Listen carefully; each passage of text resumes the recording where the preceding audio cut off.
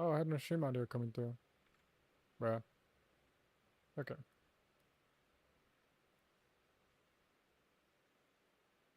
So stream audio should come through now, right? Hello, stream. Stream audio should come through now, right? There you go. Hello, stream. Stream audio should come through. There we go.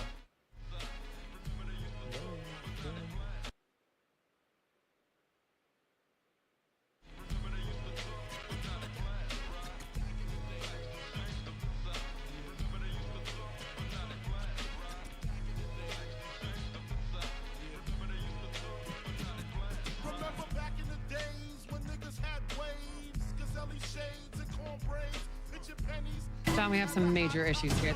There is so much neglect happening in your bar that I saw in 5 minutes.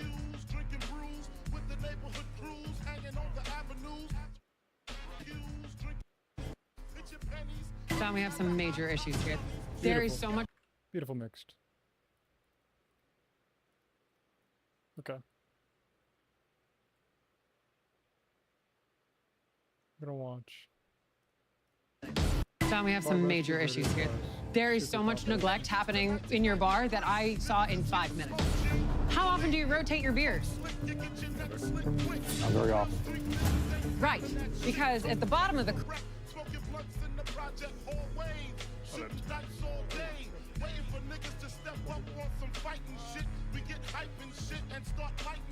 So step away with your fist fight ways, motherfucker. This ain't back in the days, but you don't hear me though.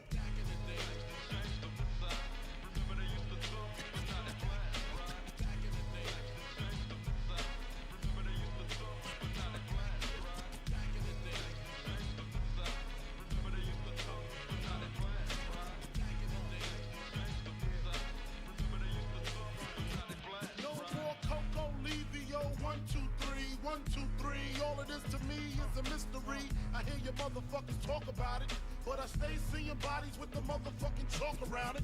And I'm down with the shit too. For the stupid motherfuckers wanna try to use Kung Fu.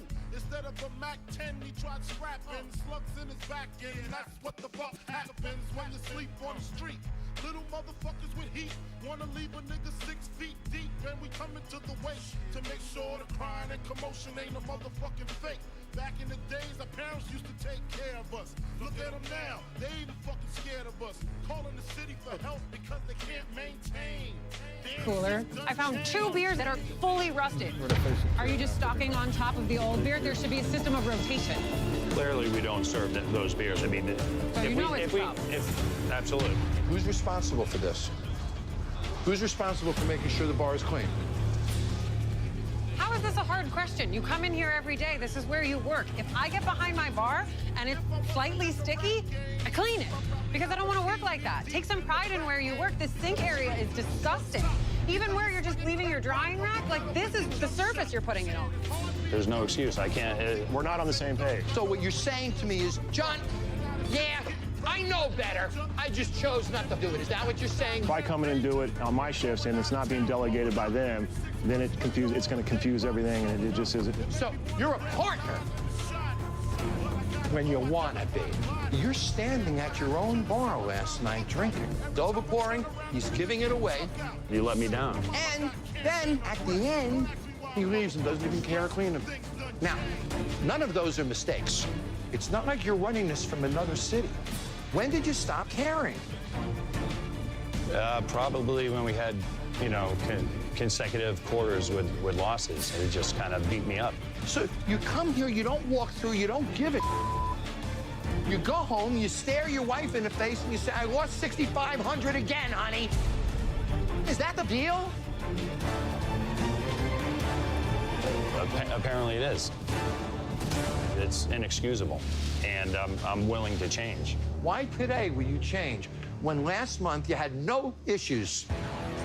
I haven't given any reason to believe that. The root of the failure here is within you, because you know better.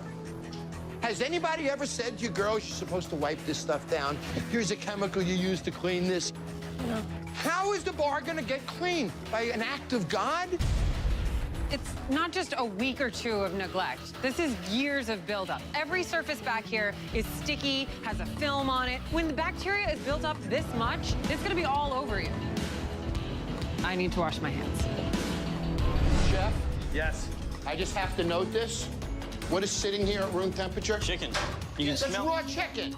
I'll bet it's not in the danger zone yet. What temperature is that? 57.2. 57 degrees. Chicken should never be over 40 degrees. What temperature is this, Steve? 68.7 degrees. Throw it out. Good job, chef. Look at it. Is there any mold on the inside of this walk-in? I don't think so. No. You don't think so? Look at the mold all over the floor. There's 3 significant areas of mold. Oh! This isn't healthy for you. Let alone. Get out of here! Get out of here! Toxic black mold is rare but dangerous. These molds damage vital parts of the human body, including the lungs and immune system, and are potentially fatal. Because toxic mold can spread easily through air vents, any infestations found in one area of the bar can render the entire building unsafe. What's this walk-in? Oh, me. No way! This is a forest. Oh! Dude, you got mushrooms growing in your walk-in. Spores. They have their own unique smell. You don't want to be breathing that stuff in. Look at this! Oh my God. Get the out of here! Get the out of here! This is unbelievable! Dude. Chef Steve, let's leave. I gotta have this tested. If this is black mold, we are all in trouble. I'm out of here. This place is dangerous, for Christ's sakes.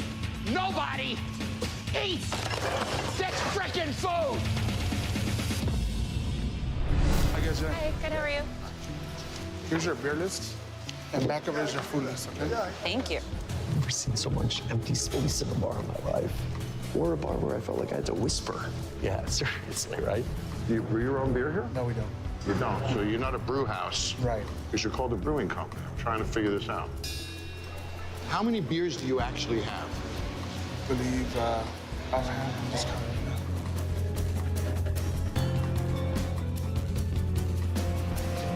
18. The sign says you have 100. Right, right. Give me one of those for now. Okay. We'll see if it's cold and if it's right.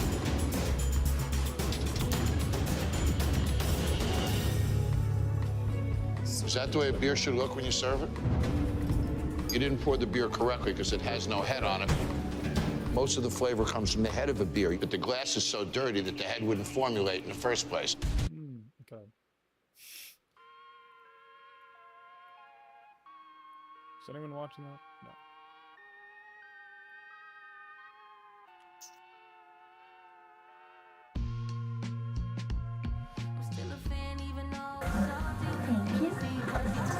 Hello. Hi. You okay today? Yeah. There's one here that we get called up. Potentially you with some fraud, you doing charges or trying to draw fraud money from somebody's account. All right? Yeah. Why is that? And that's what we're here investigating, anything like that, so. Okay. I'm doing anything. You're not free to go right now. You said I'm what? You're not free to go. Oh. Right now you're detained. Did they give you an explanation? No. Not yet. For instance, what happened? Okay. So what happened was for the account that the funds that was trying to get withdrawn out of, they were fraudulently, like someone hacked into their information and they were fraudulently transferred over to it, and then she was, I guess, I'm not sure if she was one or someone sent her, she was getting withdrawn money from that account that were fraudulently frauded. The members who we actually contacted, they said they didn't do this transfer at all. They're heading to the Strike branch now to get their account straight away because all, like, they moved money from the members' online banking. I'm not sure exactly how, that happened that. Like, how long before she came in? Any idea? It was like 40 minutes. Okay. Yeah, it was like, this transaction happened at like 12:46. The actual transfer happened at 12:08. So, and it looked like they transferred all the funds the member had from the credit card to the checking, all the money had in the savings to the checking, and then transferred it to her account. Okay. How are you today? So I'm guessing you kind of heard a little bit of the conversation there as to why we're here. Justice, here's the deal. Well, what the bank is coming up with is they have some concerns about some funds that you came in to withdraw today, okay, from your account, correct? And what their fear is, and what they're trying to figure out is somehow those funds are transferred from one bank member's account to your account, okay? You know, I ask you some questions about this. All right, before I do that, you have everybody in rights, okay? Just let you know you are okay, you're not free to leave. You're not under arrest, but you are detained while we conduct the hold is Send me money as well. you see her vehicle information. Well, it's like a, yeah, but give me the money. Payment. Me? As in, like, Got it out or anything like products and stuff to be able to do it. So, like, we've been hurt because why would they give me money? the money out of it. She gave it to you. With $2,500 with no repayment. You weren't going to give her any of the money. this was just for you to get on your feet. I mean, that's why I trust you bringing somebody for bringing in someone. I didn't know that it was going to. About. Honestly. So you're 6. Yeah, we got in contact. Okay. So, girl that brought her here, though, and that's where things are kind of weird. Yeah, exactly. Excuse me, sir. Last night, it's a church up the road. I just want to take you guys there. Okay. You went out, all right? Okay. Anything else on help, but that favor cost her her freedom as she now faces charges of larceny, grand theft. And we'll go from there. She claimed it was just a friend trying to help, but that favor cost.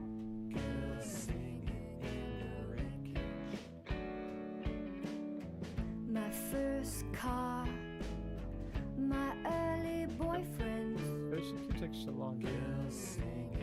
15 minutes. 15 minutes to find a match. Wet weekends, 15 minutes. New Year's Eve parties.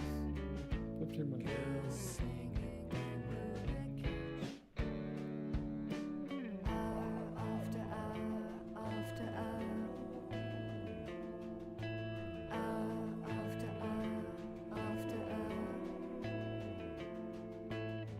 My 18th birthday, I'll die of boredom.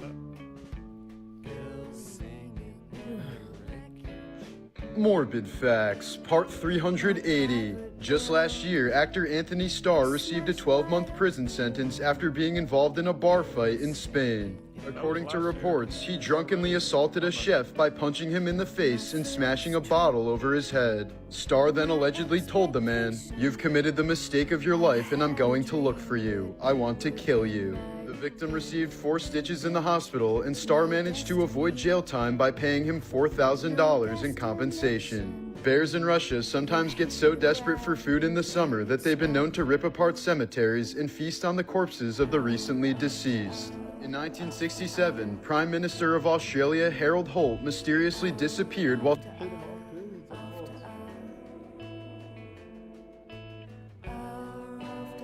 swimming in Queensland. He was presumed dead the next day and his body was never found. Harold Holt mysteriously disappeared while swimming in Queensland. He was presumed dead the next day and his body was never found. Former football star corpses of the recently deceased. In 1967, Prime Minister of Australia rip apart cemeteries and feast on the food in the summer that they've been known to rip apart cemeteries and feast on the corpses of the recently deceased. In 1967, Prime Minister of Australia Harold Holt mysteriously disappeared while swimming in Queensland. He was presumed dead the next day and his body was never found. Former football star Brian Banks spent 6 years in prison until his alleged rape victim admitted that it never happened. This was the emotional moment when his innocence was proven and he was exonerated. Morbid Facts, Part 380. Just last year, actor Anthony Starr received a 12-month prison sentence after being involved in a bar fight in Spain. According to reports, he drunkenly assaulted a chef by punching him in the face and smashing a bottle over his head. Starr then allegedly told the man, "You've committed the mistake of your life and I'm going to look for you. I want to kill you." The victim received 4 stitches in the hospital and Starr managed to avoid jail time by paying him $4,000 in compensation. Bears in Russia sometimes get so desperate for food in the summer that they've been known to rip apart cemeteries and feast on the corpses of the recently deceased. In 1967, Prime Minister of Australia Harold Holt mysteriously disappeared while swimming in Queensland. He was presumed dead the next day and his body was never found.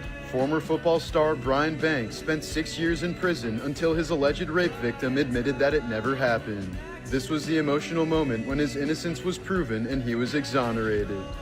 Morbid Facts, Part 380. Just last year, actor Anthony Starr received a 12-month prison sentence after being involved in a bar fight in Spain. According to reports, he drunkenly assaulted a chef by punching him in the face and smashing a bottle over his head. Starr then allegedly told the man, "You've committed the mistake of your life and I'm going to look for you. I want to kill you." The victim received 4 stitches in the hospital and Starr managed to avoid jail time by paying him $4,000 in compensation. Bears in Russia sometimes get so desperate for food in the summer that they've been known to rip apart cemeteries and feast on the corpses of the recently deceased. In In 1967, Prime Minister of Australia Harold Holt mysteriously disappeared while swimming in Queensland. He was presumed dead the next day and his body was never found. Former football star Brian Banks spent 6 years in prison until his alleged rape victim admitted that it never happened. This was the emotional moment when his innocence was proven and he was exonerated. Morbid Facts, Part 380. Just last year, actor Anthony Starr received a 12-month prison sentence after being involved in a bar fight in Spain. According to reports, he drunkenly assaulted a chef by punching him in the face and smashing a bottle over his head. Starr then allegedly told the man, "You've committed the mistake of your life and I'm going to look for you. I want to kill you." The victim received 4 stitches in the hospital and Starr managed to avoid jail time by paying him $4,000 in compensation. Bears in Russia sometimes get so desperate for food in the summer that they've been known to rip apart cemeteries and feast on the corpses of the recently deceased. In 1967, Prime Minister of Australia Harold Holt mysteriously disappeared while swimming in Queensland. He was presumed dead the next day and his body was never found. Former football star Brian Banks spent 6 years in prison until his alleged rape victim admitted that it never happened. This was the emotional moment when his innocence was proven and he was exonerated. Morbid Facts, Part 380. Just last year, actor Anthony Starr received a 12-month prison sentence after being involved in a bar fight in Spain. According to reports, he drunkenly assaulted a chef by punching him in the face and smashing a bottle over his head. Starr then allegedly told the man, "You've committed the mistake of your life and I'm going to look for you. I want to kill you." On my PC no less? I'm gonna log in.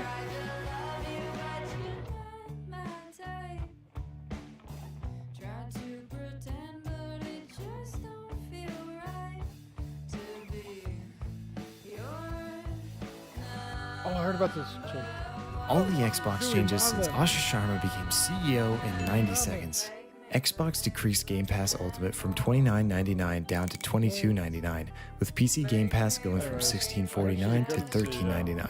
Although Call of Duty games will not be available on Game Pass until 1 year post-launch. The Xbox logo was changed to include the familiar green color with a clean liquid glass all caps Xbox after marketing campaign was scrapped and changed to evaluation of an Xbox. Microsoft games are and always will be. Is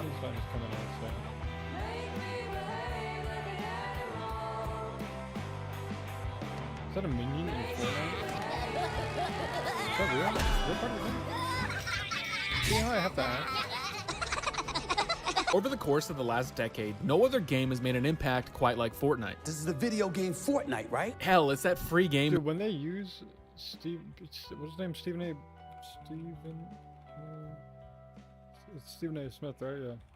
When they use Stephen A. Smith clips on Fortnite, you know, In the store that we all thought looked fun, downloaded, then proceeded to get a hard lesson on what addiction is. But it just isn't the same anymore.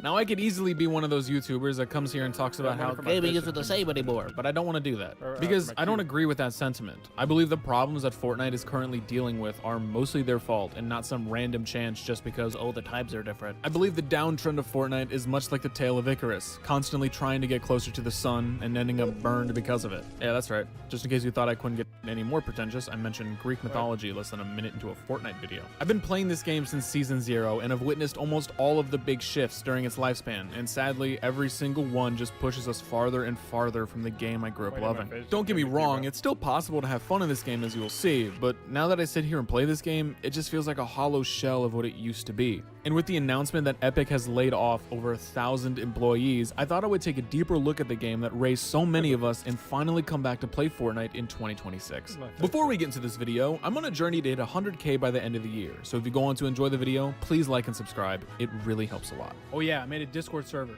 Go join it. Now. This game has been out for almost 10 years now, and over the course of that time, Fortnite has become an absolute pale imitation to what it used to be. Think back to those first games you played. I still remember my friend telling us about this new game to try that just came out, and hey, it's free, so why not? Everything felt magical, it was new, cool, and interesting as hell. It had its own unique style, immersive gameplay, and so many layers to peel away every game you played. And fast forward today, you could drop into Sus Studios as Batman, shoot Ariana Grande with a rocket launcher, and hit the gritty with Master Chief and John Cena.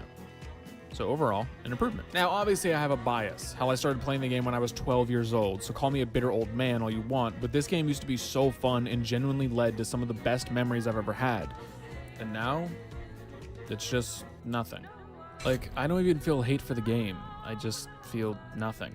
An empty hole where something I genuinely love used to be. You know how good it felt to get that first win? It was almost as good as getting with the nerdy 7 out of 10 girl. Even though I lost that too. I know most of you remember this clip. Yeah, there's a good chance this guy's in college now. God forbid her father. But what makes Fortnite today so much worse than what it used to be? I mean, they've made good improvements, right? Zero build, the overhauled movement system, the size of Chun-Li's ass. But I feel like with all those improvements came countless decisions that completely stripped Fortnite of its identity and instead has turned it into just a bunch of slop. Remember the 50v50 Avengers game mode? Holy crap, I must have gotten days worth of playtime just on that alone. It was some of the most fun I've ever had in a game mode. But nowadays, there isn't anything really like that anymore. Q-Us and Jon Snow are all in the same item shop, and that's just today. That shit cycles daily. A new skin used to be so cool and it was contained within the game itself. It fit the style and we were mixing and matching different skins and back blings and it was a super cool feeling. We even had little references like the John Wick skin or Rust Lord. Fortnite used to have this cool individual identity. It was that cartoony battle royale game that we all knew and loved, but now it's just a damn billboard for other IPs to come in and advertise whatever the hell they're making. Collabs in this game used to mean something. They were a big deal and weren't the main part of the game. I've always had a very cynical view of collabs in gaming because more often than not, they just ruin the identity of a game and are almost always a sign of a declining game. Call of Duty, Overwatch, and especially Destiny 2 with the Renegades crap. As much fun as this DLC turned out to be, no. Sadly, adding lightsabers to a sinking ship isn't gonna raise the sales. And now it's the same shit here. Literally, the only reason I boot up this game anymore is to just buy a collab I like and immediately close the game. Is that irresponsible spending habits? Yes, but I'm a YouTuber. It's not like I'm spending the money on a girlfriend. I think collabs in this game can be fun, yes, but it shouldn't be the default. Literally every single battle pass nowadays has some type of collab skin in it, even when it really doesn't belong. I'm just so tired of games I genuinely love being turned into collab slop and abandoning what made the game what it was in the first place. Nowadays, it feels like Fortnite puts in much more effort into these dumbass collab skins instead of the actual game itself. They even have a Kim Kardashian skin in the damn kids game. And if you know how she got famous, then you know why this shit is so weird and just annoying as hell to me. All right, real quick. As I was writing this script, 2 pieces of news got brought to my attention. One being that Fortnite is adding the damn tung tung tung so horse shit. Yes, this news is coming on April 1st, but I've seen enough outlets saying it's not a joke, so there's a good chance I could eat my words in a couple days, so we'll see. For me, it'll be days, but for you, about 3 seconds. No?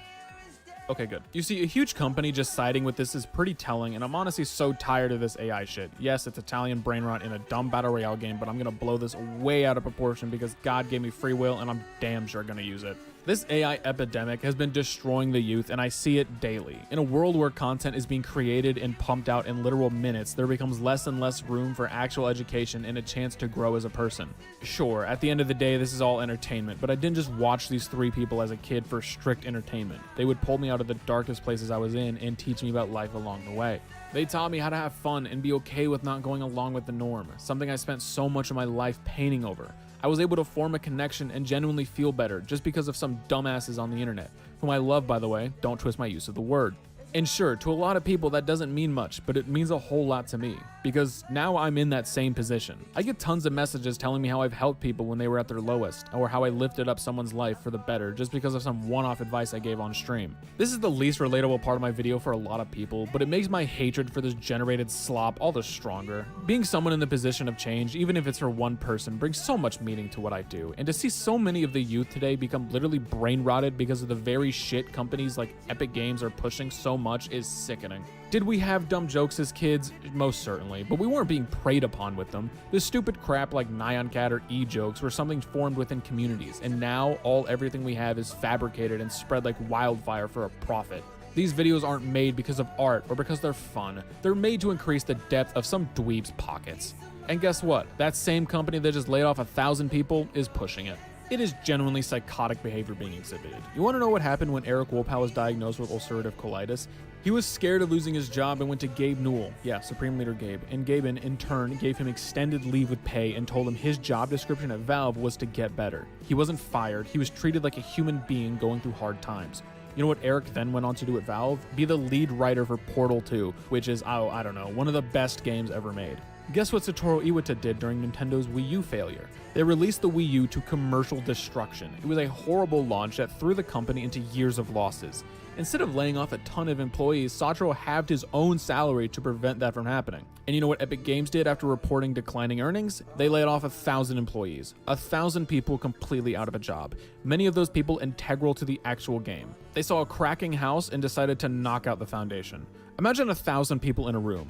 Now imagine many of those people not in that room anymore because they were just fired from a job that they did well, all because of a company's stupid ass decisions. I can barely care about the game anymore when this stuff is all happening in real life, not in some screen, in the real world affecting families. It's really telling to the modern day of gaming because instead of it being tons of people passionate about making cool and engaging products for other passionate people, it's those same passionate people being bonked over the head with a corporate hammer demanding yearly profits. And don't you dare waver even a little bit because we have no problem canning you when I'm... Yeah, who's my stream right now? I thought I was watching Brenner. Moment's notice. Now that that tirade is over, let's get back to talking about why cartoons shoot a game bad now. Jingle, jingle, jingle. All of that dumb collab stuff isn't even the worst part. Because on top of all the pointless collabs, this game has turned into one of the main pillars of the dead internet theory. I'm sorry, how cooked of a game do you gotta be when your players have to say, they're real, when finally encountering actual players? This game is filled with more bots than that damn Will Smith movie. Can a robot turn a canvas into a beautiful masterpiece? Can you? There are so many bots that fill the lobbies. I refuse to believe Fortnite aren't artificially inflating their player numbers because how is it possible that this is one of the most popular games and I cannot find a game with more than like 2 real teams of players in it? It feels like Epic just threw in a crap ton of bots into every game so players would have a higher chance of winning, but then what's the actual point of playing anymore? You are practically Neo in the Matrix the entire time you're playing the game, just locked in a simulation. How am I supposed to feel like anything I do matters when most of my kills are just a bunch of clankers running around with random loadouts? Hell, there was a time in the game where no matter where you landed, after a little time, the game would spawn in bots to fly in as the proverbial jingling chi cane to prevent the player from having to go more than 60 seconds without a fight. I mean, I can't blame them all that much when this is the current state of the youth. This is such a huge epidemic that makes the entire experience completely hollow. Once again, I just feel like I'm in a void alone, surrounded by computer programs and no real people to actually fight against, which is the fun of a PvP game, the fighting itself.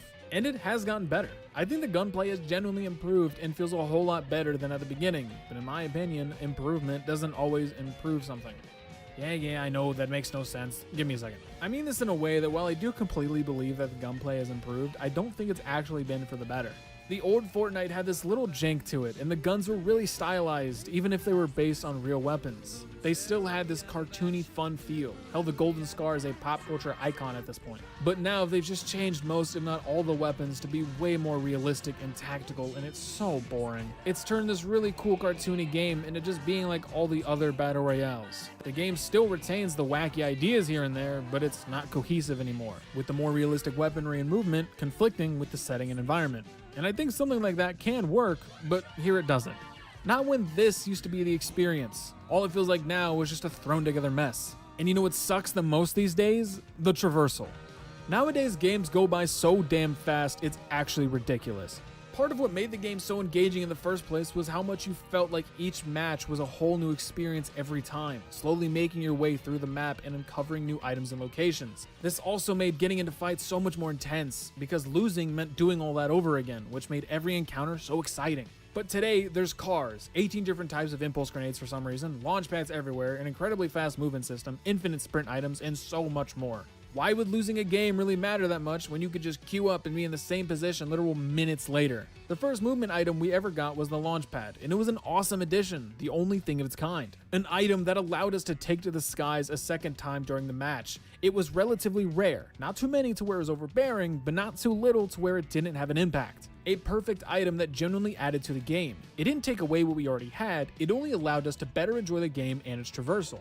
And then, right after that, Fortnite would add the precursor to the most annoying item in the entire game that has lasted up until today, the impulse grenade. Not to be confused with its cousin, the shockwave. The impulse grenade was added in Season 2, and with it came infinite amounts of people using it not for movement, but sending their friends flying off of cliffs in the most hilarious way possible. But these fun items would turn into the most annoying things on the goddamn planet. These things are the worst item to ever be added to Fortnite. They were fun at first, but holy crap did they overstay their welcome. They completely removed the need to think in the middle of a game.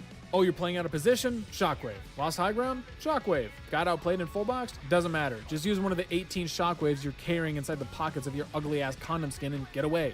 It's such a boring gameplay loop and makes almost every fight trivial because they pretty much all end in some dude who hasn't left his chair in weeks flying away like a League player when they see a woman. Don't get me wrong, it's fun to zoom around the map, but there has to be at least some balance to it. Shockwaves send you across entire POIs, prevent all fall damage, it even breaks structures in the way of your trajectory. Oh, but they changed it and added new shockwaves that are strong.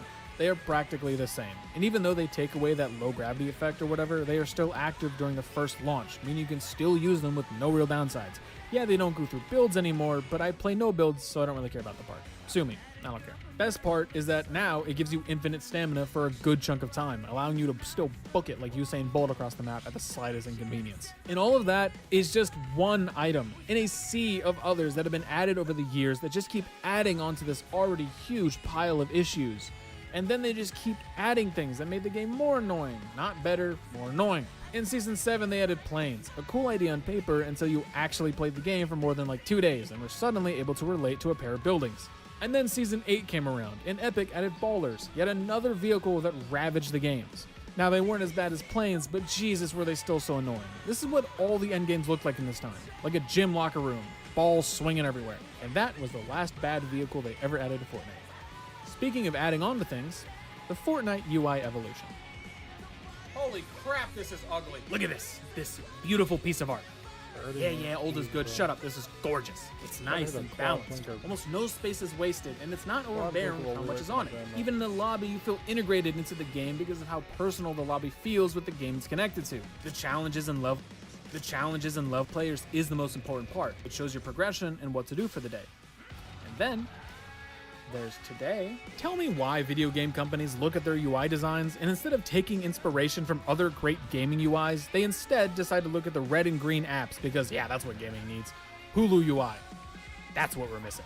This new UI is generally so ugly and cluttered, it's so soulless, and I genuinely hate looking at it. I can actually feel myself wanting to play the game less because every time I'm out of the game, I don't feel like I'm in a game, just in some sort of system. I mean, hell, look at the Destiny 2 UI. It's so clean and nice. Just your ship floating in space, waiting for you to get started. I can't wait to boot up a mission. Oh. Yeah, never mind. I actually don't understand this. If anyone knows, please explain in the comments why these companies feel this supernatural need to change the best parts of their games into the worst versions we've ever seen. Fortnite, Call of Duty, Destiny 2, Suicide Squad Kill the Justice League. What the fuck? Oh, and don't think for a second that it's lost on me that they moved the item shop from the third to the last tab to the third tab. Anything to get you to think about spending money more often. All of this cultivates in the end result of a game no longer being a game. All it is now is a product, a lever that Epic pulls for more money. But all games are technically products. Shut up. Yes, all games are technically products, but there's a big difference between Call of Duty Black Ops 7 and Expedition 33. Yeah, it's about time I mentioned this game. Black Ops 7, and by extension the whole Call of Duty franchise, has become a completely corporate construction of what some old dude in a suit thinks will make the most money. It is led by people with cartoonishly big dollar signs in their eyes, forever looking for more and more profit, pushing the boundaries on how mediocre they can make a release and still have these brainless schmucks throw $100 at it. And then you have a game made with passion and love for the industry, a game that has literally shaken the market and dominated award ceremonies due to its infinite layers of S-tier aspects. The voice acting, the gameplay, the art direction, the music, holy shit, the music. Every time I listen to the soundtrack, I feel like I could run through a wall with tears running down my face and legs.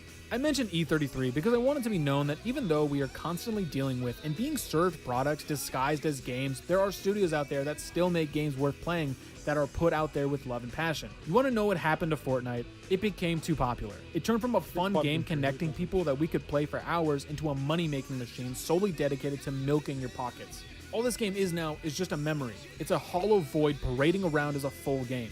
Yeah, they have the OG mode, and we did play that. But pretty much the entire time we did play it, it was just hours of, hey, remember this? Hey, remember that? Oh, I remember that. Oh, the good old days. And then I closed the game and felt absolutely nothing. Speaking of game modes, this system was born from a genuinely cool idea. People made cool creations in creative that were fun to play through and look at. But as always, Epic saw this and their eyes widened with the dollar signs again. They saw an opportunity to compete with Roblox and jumped on that shit faster than Jake Paul when an opportunity to fight an 80-year-old arises. They saw Roblox running itself into the ground and thought, no, we can do it faster. do you know how dominant Roblox is in terms of that specific kind of game? Competing with them would be almost as dumb as trying to compete with Minecraft. Oh. Yeah, that tracks. Epic have been pouring Scrooge McDuck levels of wealth into these UEFN maps that all pretty much amount to just a bunch of random brain rot modes and the occasional horror game. Almost $1 billion has gone to third-party creations. That's just absurd. Funneling that much money to these creations only creates more and more engagement-first games that are made only to get as much money and attention as possible. And 10 times out of 10, that leads to a terrible product. It's just a money sink that doesn't add anything to the actual game.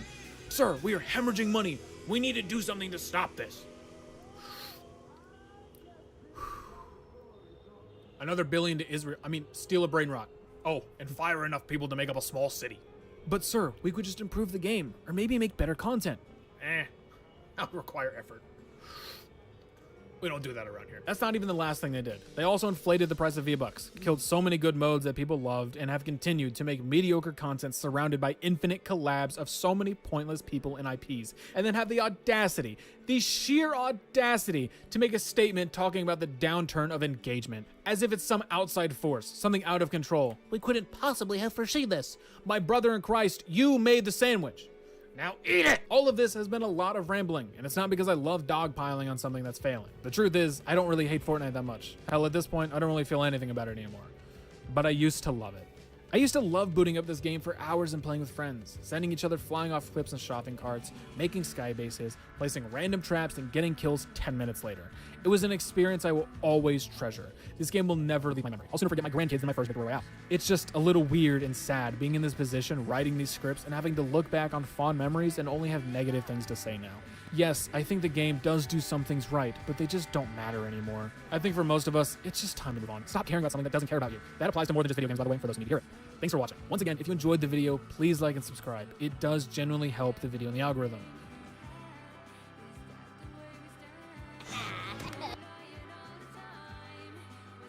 From bars that completely shut down not long after John Taffer walked out on them.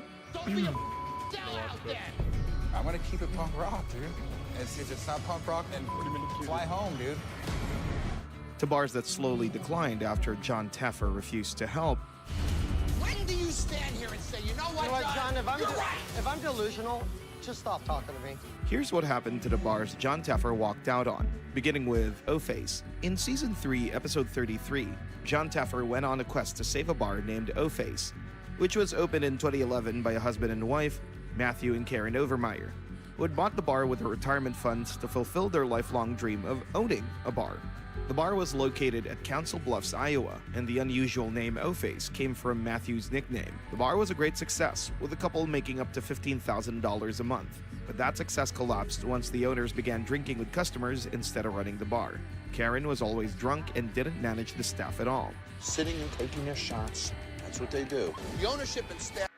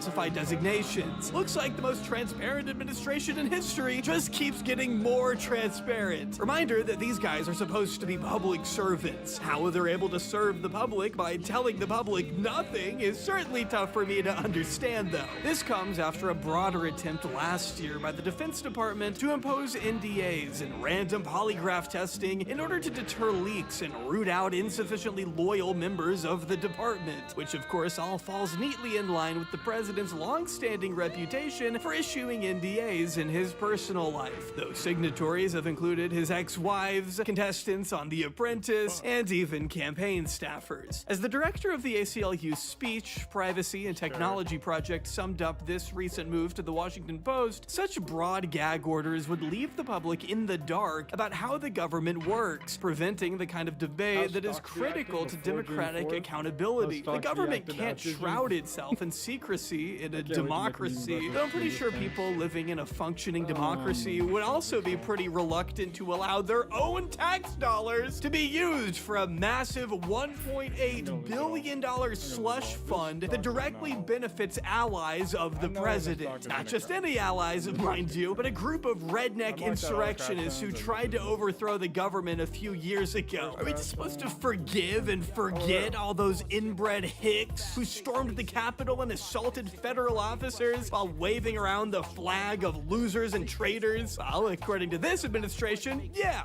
we should just forget about all that. And in fact, not only should we forget, we should also forgive those beautiful souls for merely being excited to be in Washington that day. People who were there for a day of love. Who can really fault them, right? I guess it wasn't enough when one of Donald Trump's first ever acts in office was to pardon all of them. Yes, all 1,500 of them. That includes a Florida man who repeatedly sexually abused two middle school-aged children just months after being freed from prison by another abuser of children. Police reported that Johnson, 45, tried to keep the children quiet by telling them he would share millions of dollars in restitution money he expected to receive from the Trump administration in connection with his January 6th case. The same week, NPR published this article back in March. Two former January 6th defendants were arrested in the Washington, D.C. area. Jake Lang, who was charged with assaulting police with a baseball bat during the riot, was arrested for allegedly threatening a police officer who has also previously protected the Capitol. Public execution is the only solution for animals like you, Lang told the officer at a rally for the 5th anniversary of the attack. Meanwhile, Brian Bettencourt, who already has a lengthy criminal record, was also arrested that week on charges of assault and battery. He had already been wearing a court-mandated GPS monitor at the time of the Capitol riot, NPR states, and his latest arrest took place after videos emerged that appeared to show him touching women's hair while riding the DC Metro. Multiple women have accused Bettencourt of stalking them and making harassing comments online. Wow, it sounds like another guy I know. A guy who's been accused of doing a lot more than just harassing women, who Brian Bettencourt seems to be a huge fan of. When asked about another one of those fans who was at the Capitol on January 6th, one who used his newfound freedom to threaten the House Minority Leader Hakeem Jeffries with murder, Donald Trump responded by saying, "You have thousands of people that we're dealing with, and, you know, if one goes haywire," before pivoting to attacking Democrats, NPR reports. Well, then I guess another one of those thousands of people that went haywire included the man named Daniel Tachi, who was just sentenced to 4 years in prison for possessing more than 100,000 child sexual abuse images and videos discovered in connection with his Capitol riot case. NBC News reported that Tachi's laptop also contained extremely disturbing images of violent acts. Before eventually pleading guilty, Tachi's lawyer had initially argued for the dismissal of the case because all the evidence stemmed from the January 6th case, which he was pardoned for. This defense didn't work, obviously, but it does speak to the level of impunity these swamp creatures feel now that they've been blessed by their Lord and Savior, Donald Trump. And Tachi isn't even the only insurrectionist to be charged with such crimes. Another man by the name of David Daniel also reached a plea agreement in connection with pending charges of sexual exploitation of a minor and possessing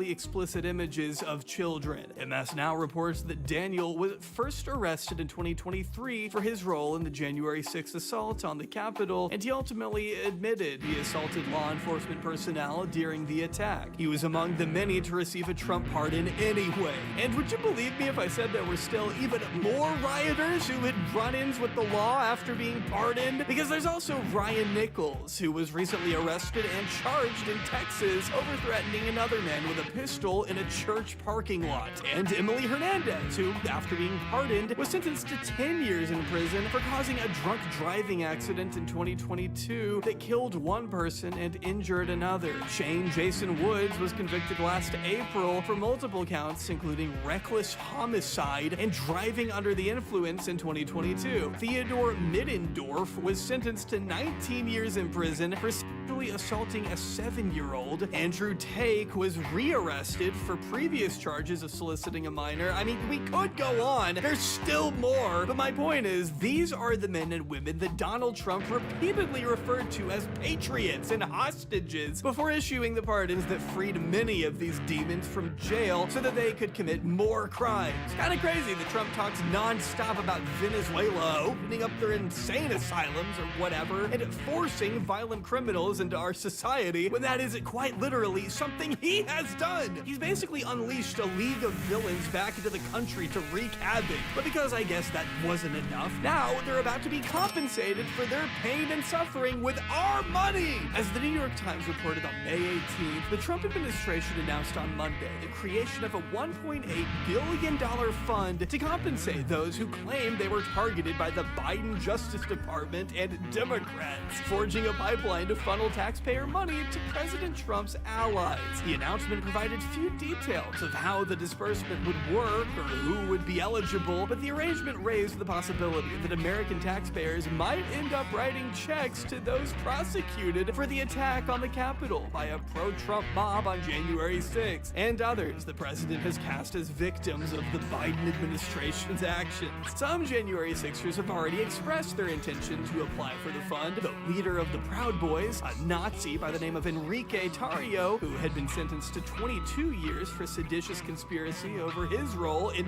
planning the insurrection, told Reuters that he planned to apply to the fund, assuming he could get between $2 and $5 million. I'm not greedy, Tarrio said, but my life was all f***ed up because of this. You did this to yourself! You are a domestic terrorist! You think we give a fuck? Oh, yeah, sorry, I'll calm down. The one attorney representing more than 400 January 6 defendants, Peter Tickton, said the fund may not be enough. People lost multi-million-dollar businesses while they were locked up, he said. I don't think the DOJ is ready for us yet. An assertion the president himself has echoed. You're talking about peanuts, Trump told reporters. It destroyed the lives of many, many people. Maybe it's a bit crass for me to say this, but they tried to steal an election on behalf of a pedophile, so I kind of don't give a fuck what happens to them at all. But the very existence of this slush fund is living proof that if you're willing to put your safety, your career, your life on the line for our big, beautiful president, he will do whatever he can to protect you too. He's signaling to the most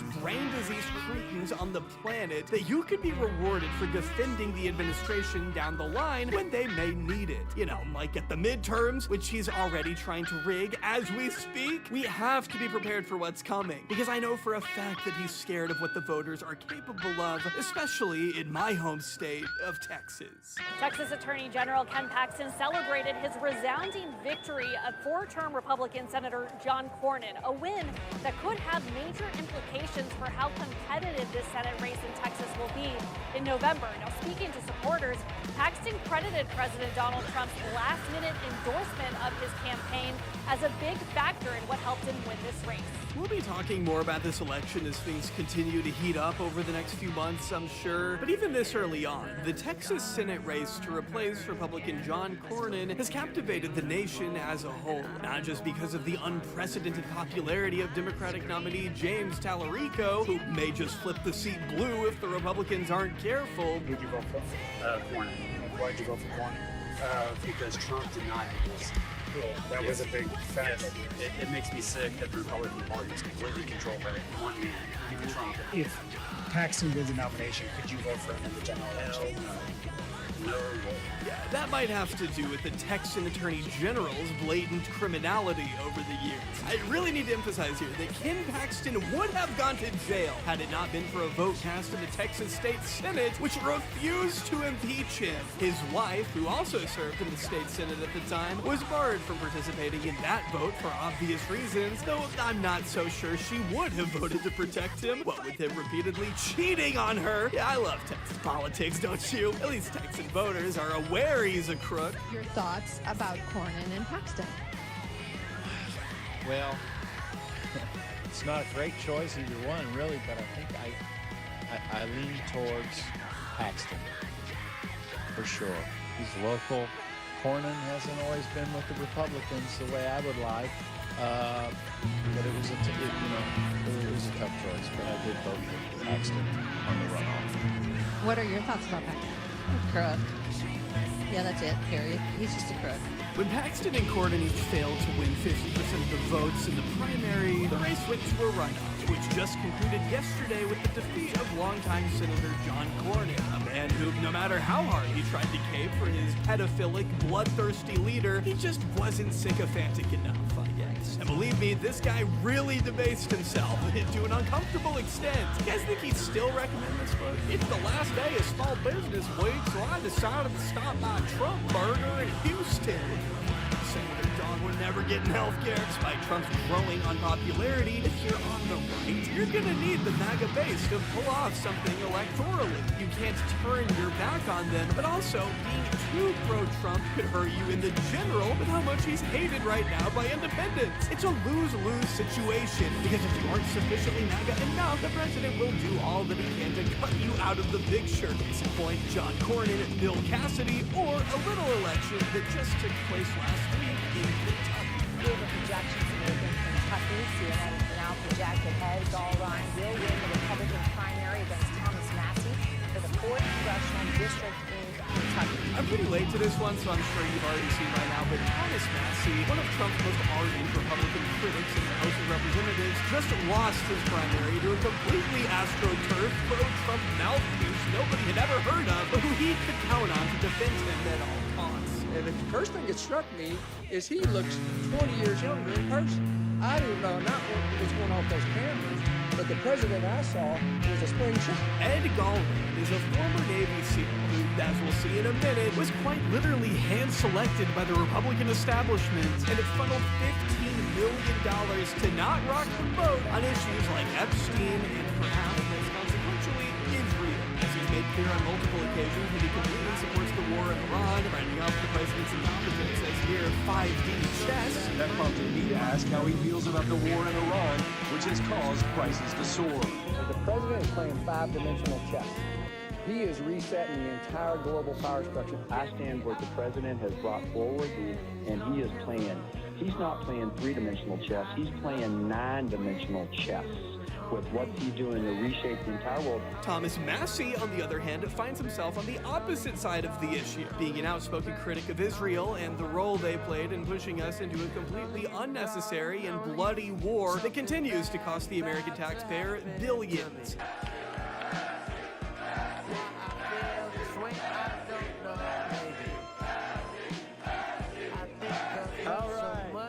I would have come out sooner, but I had to call my opponent and concede, and it took a while to find Ed Gallrein in Tel Aviv.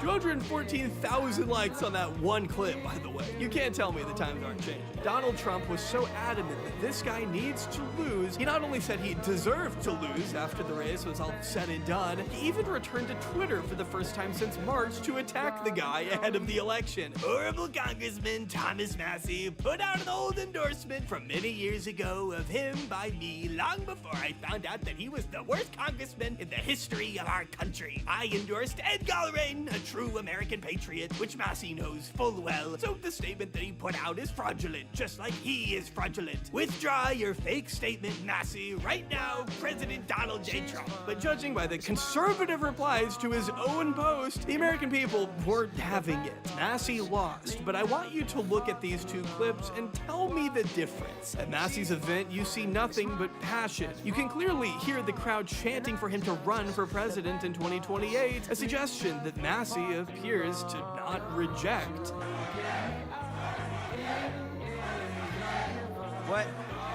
What happens in 2028? You want... you want me to run for Congress again? I don't know what you're talking about.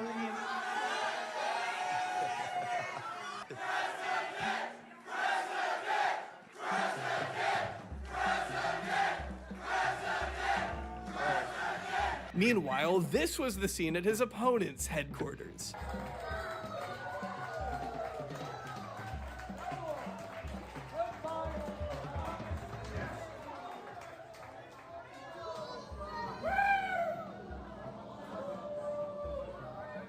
Lots of enthusiasm there. As journalist Chris Burnett was quick to point out, Thomas Massey had 1,545 donors from Kentucky, while Ed Gallrain had 70 donors from Kentucky. But when we peel the curtain back and do a little investigating into who actually provided him the support, the picture becomes pretty bleak. As reported by Politico on May 17th, the pro-Israel lobby that's pumped millions into Democratic primaries this year is facing the next test of its political power on the right in Ruby Red, Kentucky. The American Israel Public Affairs Committee, AIPAC, and other pro-Israel interest groups have uncorked over $9 million in a bid to unseat Republican Representative Thomas Massey on Tuesday in a competitive primary that has shattered spending records. Prominent pro-Israel GOP donors have funneled millions more into a super PAC stood up by President Donald Trump's political operation that has spent nearly $7 million on the race. Overall ad spending has topped $32 million, making it the most expensive House primary on record per tracking firm Ad Impact. You don't spend that much money on a single primary, by the way, unless you feel really threatened, which the Israel lobby clearly seemed to be. Unlike in recent Democratic primaries, where United Democracy Project has used shell packs to shield its involvement, the powerful pro-Israel group's political arm is investing directly in taking Massey out. He's the most anti-Israel Republican in the House, United Democracy Project spokesperson Patrick Dorton said of Massey. This is a competitive, close primary situation. It's always hard to defeat incumbents, but we think there's an opportunity here. So it's not like they're hiding their intentions in any way. Hell, after the results came out, AIPAC was so proud of their work that they took to Twitter to gloat about Massey's defeat in the open. AIPAC congratulates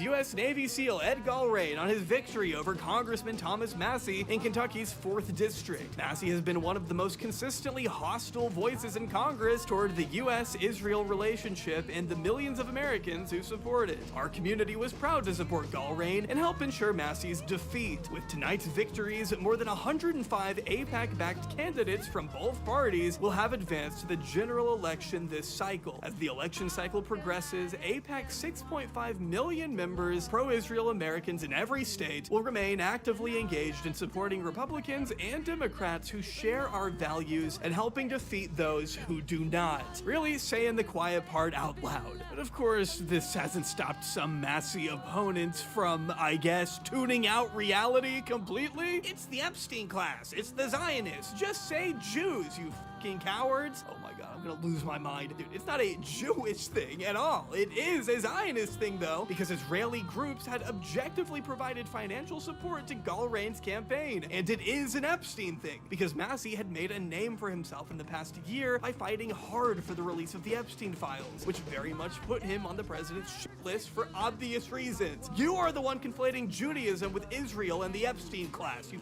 fucking ghoul. And ironically, it's that very conflation that fuels anti-Semitism. Your conflation is anti-Semitic, Bridget, and you're either too stupid to realize it, or you're doing it on purpose because you're a disgusting hack. And frankly, I can't tell which one it is. Some other contributing factors included an anti-Massey ad made entirely with AI, which seemed to imply that the congressman had an affair with his progressive colleagues, AOC and Ilhan Omar. There were a lot of misinformed, uninformed voters. In fact, My daughter, who lives outside of my congressional district, she heard somebody in the voting booth next to her trying to find my opponent's name on the ballot because he didn't even know I wasn't his congressman. That's how much they've bamboozled the people here in Kentucky.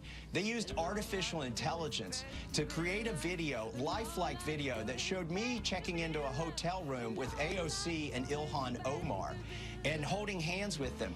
It was actually very effective on the boomers. As yet another example of why we need to get AI the f out of political campaign ads immediately. I think we've had our fill after the countless monstrosities we saw out of Andrew Cuomo's repulsive campaign against Zoran Mamdani last fall. Just evil, evil shit, man. Also not sure how it's legal for the Secretary of War, who is supposed to be a nonpartisan figure in theory, to openly stump with Galrain like he's a campaign surrogate or something. Do you not see the wanton corruption unfolding in front of you? This country is run like a cartel. It's an honor to be here with all of you. I have to say up front for the lawyers that I'm here in my personal capacity as a private citizen, a fellow American, and a fellow combat veteran, here to support Navy SEAL Ed Galrain.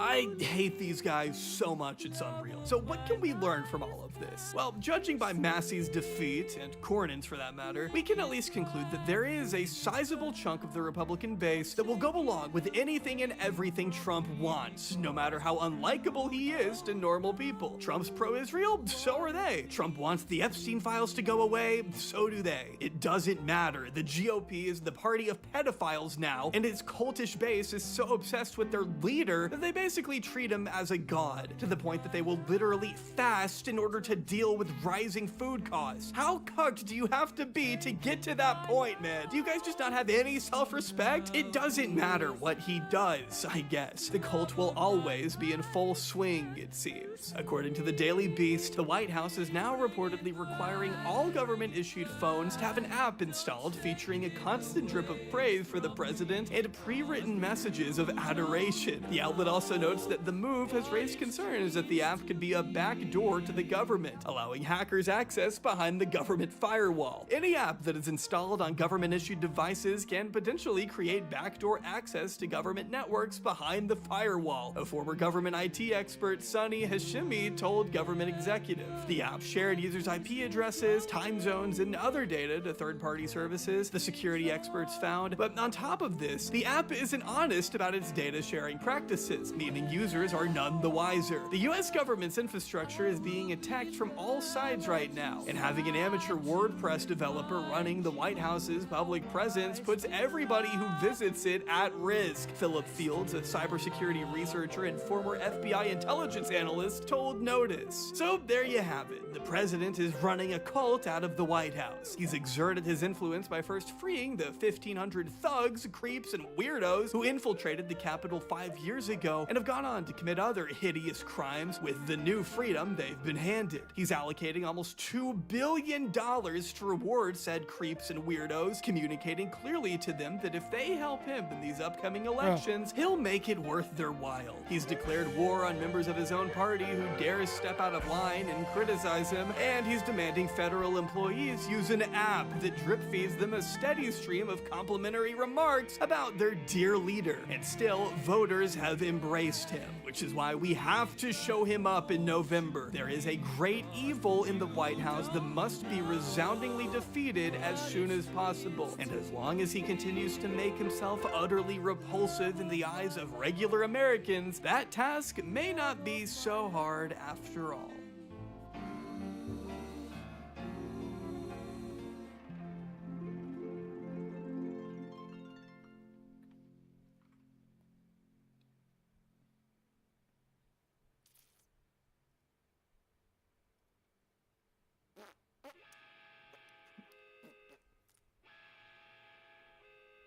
Drugs of this city. This is the evilest fucking city I've ever been in.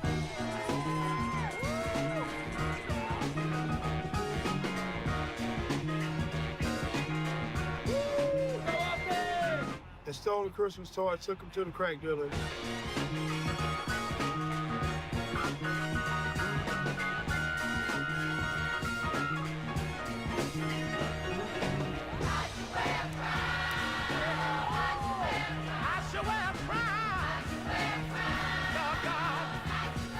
So if Skid Row #1's in California, hey, Skid Row #2's here in Austin. Yeah, I have a lot of thoughts on the homeless crisis here in Austin.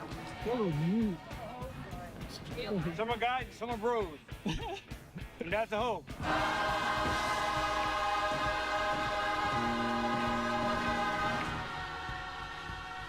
If something is constantly urinated upon, it's being demonically consecrated by creating kind of a shit storm where you can create a shit portal and shit demons will come out of it.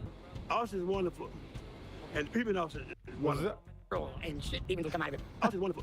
And people in Austin is wonderful. The street peoples, same thing. If you can't make it Austin, you can't make it nowhere. Should drag up a chair, we'll start up a ruckus. Have a table. So Austin is not really a part of Texas, although I love them both. When I came to Dawson under the banner, we're all here because we're not all there. We've been popular buildings the last 4 years, like those cardboard boxes. You know, it's crazy. Austin do a lot. We do a lot for a small town. It's a big city now, and we've got all the big city problems that go along with it. Is that right? Crime, the drugs, everything went up. You got beautiful weather, you got beautiful scenery, people all around here, they're all beautiful, you know, and it's just sometimes there's that one person or those people that don't give a fuck about you. Yeah, it's bad, bro. The morality is going way down. One guy I had a fight with, he swung at me for nothing. He's just mad because I guess he was jonesing or something, and then another guy came back a little younger with the pipe, and he started bashing me all over my head, you know. Oh, man, look at that. Yeah, he got me real bad. Not one cop came, but finally I think somebody seen me bleed, and I was gushing, man. I lost a lot of blood. I'm still kind of half weak a little bit.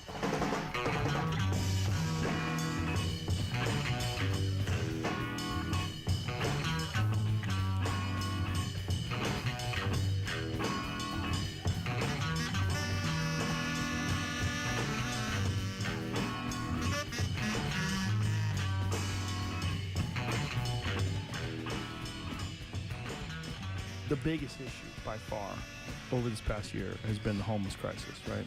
The problem with making that disappear is that this challenge is not one you can just make go away. The latest numbers put Austin's homeless count at roughly 6,600. Most households in America are 1 or 2 paychecks when being homeless. There's no such thing as a living wage anymore in America. There's a direct correlation with our rising rents and the rate of homelessness. And I was going to these neighborhood association meetings, and people were as angry as I have ever seen at a public meeting. A guy came up to me after it was over, and he said, "Your mayor, fix this, and if you don't, I have a gun, and I will fix this myself." So about once a week, we'll have a homeless person come in. I've had 2 knives pulled on me. Had to call the cops one at a time, so the guy went to jail. There's like a lady, she has a catheter. There's been many occurrences when she's thrown her like shit bag on buildings. And just like 2 weeks ago, there was a homeless guy that got mad at one of the businesses, took one of the Lime scooters, like the electric scooters, and threw it through a window. Yeah, right down here. So they had to have boards all over their windows for 6th Street here? Yeah, on 6th Street, right down the road. The bartenders I do talk to, I mean, they don't like homeless people around here. They bother guests, like, they cause trouble. Do you have to stop a lot? A lot. Every day, man. Every day. Yeah, and I mean, we feel bad for them sometimes. You know, it's hot as fuck to get too hot. Yeah, but I mean, you know, it's a business, man. I can't give out stuff for free. No. She's just like you and me, but she's homeless. She's homeless. And she stands there saying her money.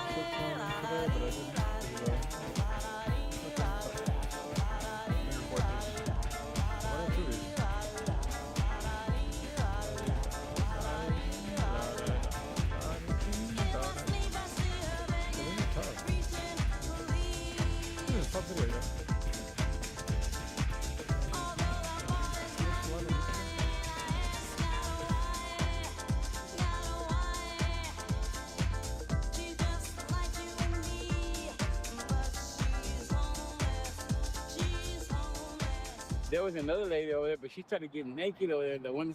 Oh, we saw that. Well, so we told her. No, we didn't. I didn't see her, but I mean, she was changed. She pooped on herself, and I said, "Mom, look, yeah, it's just."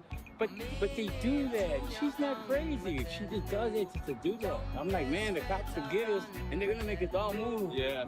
I ate 5.5 pounds of granulated sugar, 400 packets of Sweet and Low, and then drank 2 gallons of pickle juice. in about 5 minutes, and then I became different. But we are seeing a lot of folks with mental illness that are homeless in our community. I know on numerous occasions, me being our sergeant supervisor of our mental health unit, we've gone out in the community and had to interact with these folks. You know, they're suffering from schizophrenia, bipolar. They don't have access to, you know, they don't have health insurance, access to doctors, so they're self-medicating. They're on methamphetamine. They're consuming alcohol. I can think of one instance. We had a gentleman right around the corner up here, right here at the access road to I-10. He was in his underwear with drinking, walking out in the middle of the access road. You know, it's not something to laugh about. It's sad. We were able to get that gentleman to a psychiatric hospital to get help, but I just feel we're getting more and more people, a larger population faster than our resources are growing. Some are dangerous, some are kind, some are angry, some are nice. Have you seen some of the dangerous ones out here? Oh yeah. I've seen stabbings, I've seen killings, I've seen people get beat up to a pulp. I've seen people kill themselves. I've seen people OD. I've seen women getting fucked behind trash cans. Prostitution, everything, extortion. I've seen everything. You know, and that's one thing we gotta worry about too. You know, it's dangerous living out here in this position. Some people disrespect us. Some people call us names, call us drug addicts, call us alcoholics. You know, kush heads, speed freaks, shit like that. You know. Some people don't like Texas yesterday or all in ASTC, then I would have been able to make so much bank today, but instead I made $5. Like that because they don't know. Yeah, this is probably going to tank all the way down. This is one of those stocks that like shows you make $1 million, and then by the time you get this low, the next day, you go. They are. You know, you can't just judge a book by its cover. Just because you make me skinny or... Yeah. The reason why you film me? Yeah, we're filming documentaries. Okay, so maybe you should ask me if I want to be on film before you do that. Do you have any thoughts on the homeless crisis here in Austin? I have a lot of thoughts on the homeless crisis here in Austin. What do you think? It's also, I want you to understand, I respect what you're doing, 1,000%. It's very hot out. I'm trying to get my dogs back, right? So please be courteous to us and allow us to keep going forward so I can get them off of the heat, okay? Yeah, have a good one there. Austin, Texas for you. It's like LA. Come on, guys. Come on, bro. Come down to home. People are really fucking crazy. I mean, not just crazy, fucking nasty as hell. You can get attacked out here for no reason. People suffer from various things that hurt them over a period of time, such as mental illness, drug addiction. What's it like with the schizophrenia? Oh, they just tell me that I'm not, mine is like not suicidal, not homicidal, but it's just not in a course the way a normal person would think. When I got into the domestic violence with my roommate, and the police, I called the police, and they sent me to Seton Hospital, the regular hospital, Seton Hospital. Yeah. I forget where it's at, but the doctor said that he wanted me to be put back on some medications before he released me back out into society. Some of these men and women were let out, supposedly the men and women who were, I guess, Breathing out and breathing in, looking pale and looking thin, hoping I don't cave in, hoping I don't cave in, hoping I don't cave in.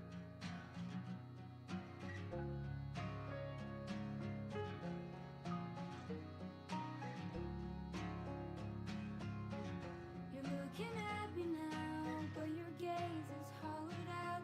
You made plans to just skip town, would've gone, but I found out. Now we're sitting on your curb, overcooked meal getting cold. Force my fingers into your strange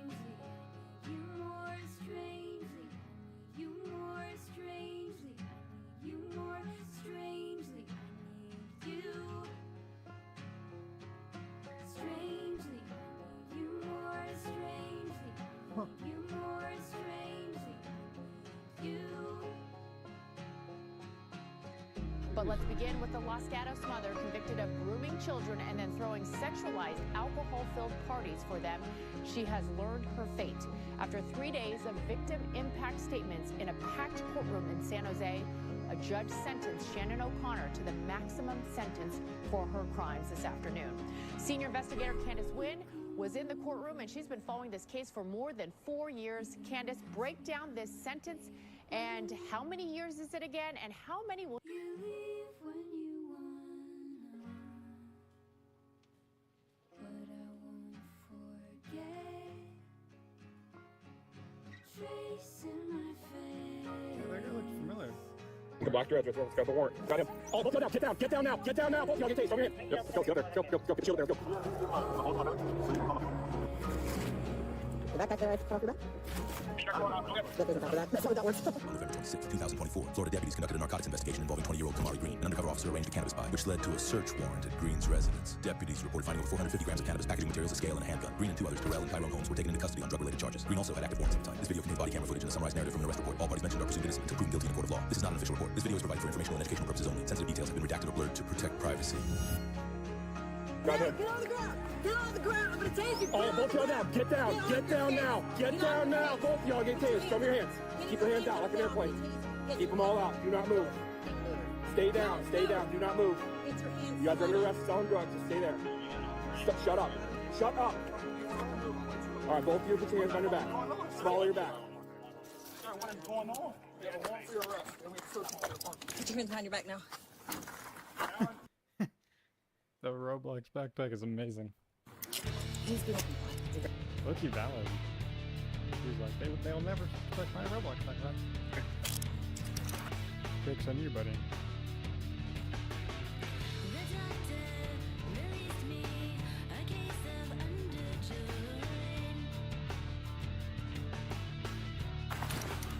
Wow, what the fuck?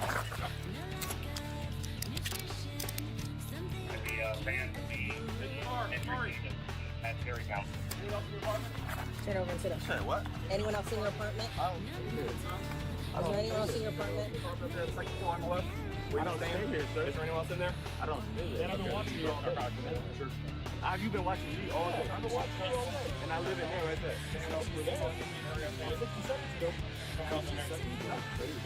Is everybody else in that apartment? You're about to hit a search warrant.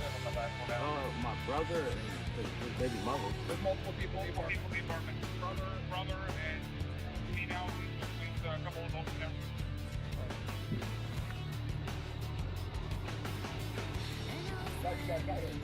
Cool. Almost missed it. What do I have a warrant for? What do I have a warrant for, sir? What do you want him at? Stand up. You said drugs? Stand up. Put your... Want to sit there now, put them in Milwaukee? We're gonna play. They have not been searched though. I need them searched. It's like two people. Two cats. Stand down here. No, not at all. LT, did you pat them down real good? Adults in there was very, not sure what was so should be going over the gas. No kids. Oh, we have to go back. I would say they didn't respond to our Let me live in my house. Nope. Nope. Hey, give them a good pat down though, because they've not been searching or anything. You're raping, right? You're raping, right? Okay. Search warrant. Search warrant. There's no way to say it.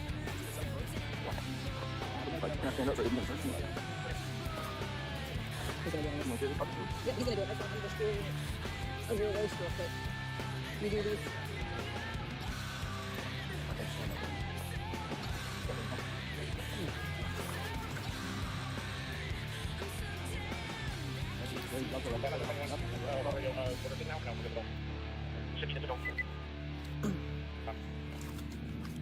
You know how much money you have in your pocket? It's 50. 220s and 25s. I'm gonna pay your bag.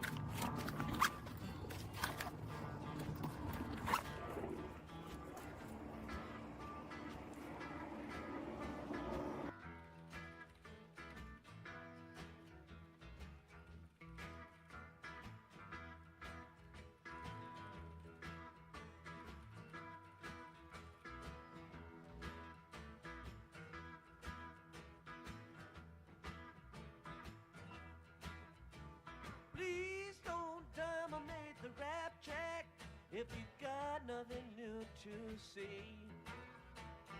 If you please don't back up the track, this train has got to run today. Spend a little time on the mountain, spend a little time on the hill. Heard some say better run away, others say better stand still. Now I don't know, but I've been told in the heat of the sun a man died of cold. Keep on running on, stand and wait with the sun so dark and the hour so late.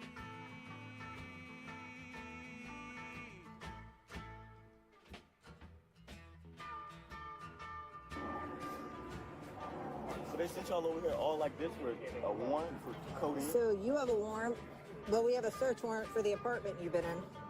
So yeah. For what? Selling drugs out of it?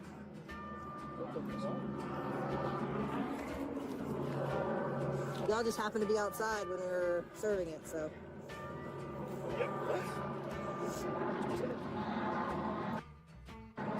I said that we have a warrant, a search warrant for the residence.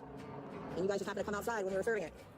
And you have a warrant out of Orange County. I think two. You have a warrant out of Orange County? I think, I'm not sure. It might just be one. Yeah. There's definitely the codeine thing.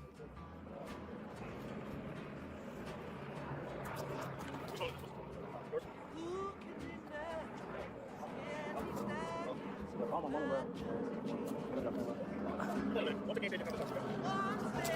be able to call your mom just now right now. Probably. 7 o'clock.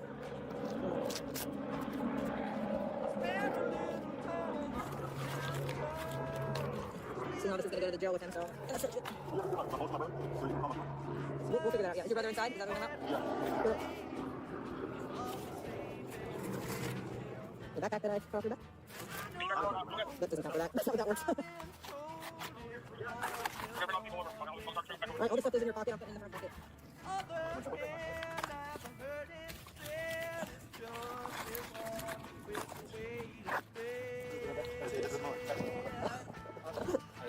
Yeah.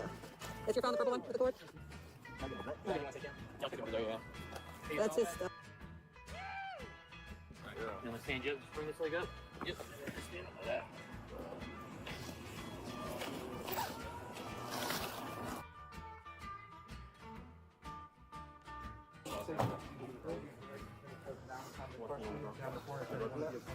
Yes. Cannabis, currency, drug trafficking, drug paraphernalia. Scales, measuring devices, documents, including in writings, drawings, pictures, images, lists, or notes related to the transaction of controlled substances, including ledgers with names, addresses, birth dates, social security numbers, phone numbers, usernames, passwords, email, bank account numbers, and other financial account identifiers, credit card numbers, or expiration dates, mobile communication devices, and all other electronic storage media assisted input-output devices, encryption keys, passwords. I get you. It's a search warrant. Controlled substances, including ledgers with names, addresses, birth.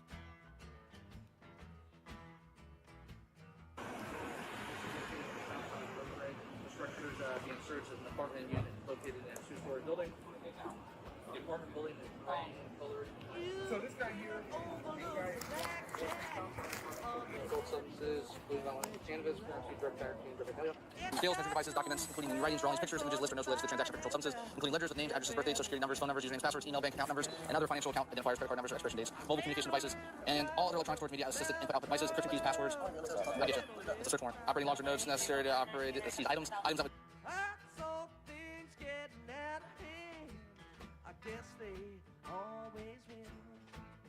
That would tend to show dominion and control of the property searched, to include utility bills, telephone bills, correspondence, rental agreements, and other identification documents, firearms and ammunition, home surround systems, includes transference, video recorders, DVRs, and associated equipment used to operate stored data systems, such as input devices, hard drives, memory cards, flash memory cards, power cords. The items described in paragraphs 1 to 11 above, here and after, refer to the property, which are evidence of commission of the offenses described above, proceeds the same. And whereas the facts established the grounds of this application being set forth in affidavit Deputy Sheriff Holland, which affidavit dated this date, incorporated herein by reference. Now therefore you or either of you, which such lawful assistance as may be necessary, are hereby commanded in the daytime, nighttime, or on Sunday, as the exigencies of the situation may require, to enter and search the target location together with any and all containers, including but not limited to locked safes and or locked storage containers located within, or any persons with reasonable belief to be engaged in connected with said illegal activity for the property described in paragraphs 111 above, and if the same or any part thereof be found, you are hereby authorized to seize and secure same, giving proper receipt therefore and delivering a completed copy. This warrant to the persons in charge of the premises, or in absence of any such person, leaving a completed copy where the property is found, and making a return of your doings under this warrant within 10 days of the date thereof. And you are further directed to bring said property so found before the court having jurisdiction of this offense to be disposed of according to law. Witness my hand and seal. Bruh. Yep. You want to come talk to me, miss? You guys been living here for? He said it was his apartment. Me. Hey, okay. Yeah, I think Green said he has a car.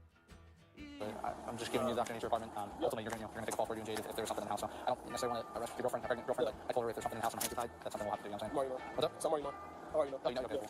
This would be the time if there's something in the house to tell me it's yours, not hers. You know what I'm saying? Even if it's something simple like weed or anything, anything that you think you could get in trouble for. Because if you don't, and everyone just says it's not hers, you and her are the only ones that live here based on what you all told me. You guys are gonna have to charge with it. So if there's something in the house, I'm not telling you to spill the beans, but I'm just being man. I got a girl myself, I got a kid. So if there's something in the house, you be real. We're gonna find it. We're gonna look in every little inch of the house. You know what I'm saying? I'm just being real with them. I'm not trying to be. I'm already knowing, bro. Okay. So nothing you want to tell me? No. I appreciate it. You go take a seat. Mr. Green? Mr. Green, am I stepping for? I'll come over here. What's up? Just sit right there, man. Appreciate it. All right, Mr. Green. Never met you before, but I know who you are. How do you know me? Because I got the warrants. Warrants? How many warrants? You get two. You have a possession of codeine, no bond, and then you have a failure to appear for a driving while license suspended. So they are active. They are extraditable. I think one's out of Orange County and one's like Hillsborough or something. I took Howard or Columbia County or something. So they're going to extradite me to Columbia County? I think they'll finish the local charges here because you are getting charged with some other stuff, and I'll tell you why. But then I think the local charges will go into effect first, and then you'll worry about the warrants. You know what I'm saying? And if they are, what will go into effect first? The local stuff. So if you get charged anything today, I think you had some weed in your backpack. You'll get charged with that, and then and that. So I was kind of talking to Jade and Destin. Yeah. How long have you been staying here? Not long. Not too long. Okay. Like a month. I think Jade said she's only been here like a month. Probably so, yeah. Okay. Probably less. You sleep on the couch in the living room? I think it's only one bed. I haven't been up there, so it's only one bedroom. Yeah. It's a small apartment, so I think Destin said it's his apartment, but that you stay here, Jade stays here, and then sometimes the friends stay here. Sometimes they sleep over, friends. What is your relation to any of them? Are you family with any of them? We all family. I meant like blood family? Yes, okay, you guys are all friends, though? Okay. So Destin, Jade, they're in a relationship, and then the two, I don't know their names, so I call them the Highland Boys. Yeah, they got the hair like the Highland Boy. Are they just friends, too? Okay, what is that one on the left's name? You gotta ask them. Okay. Do you know why you're in handcuffs, other than your warrant? I really don't, sir. Okay. And this is the time. I'm gonna just let you know if there's anything in the house that that I can tie to you, you're gonna be charged with.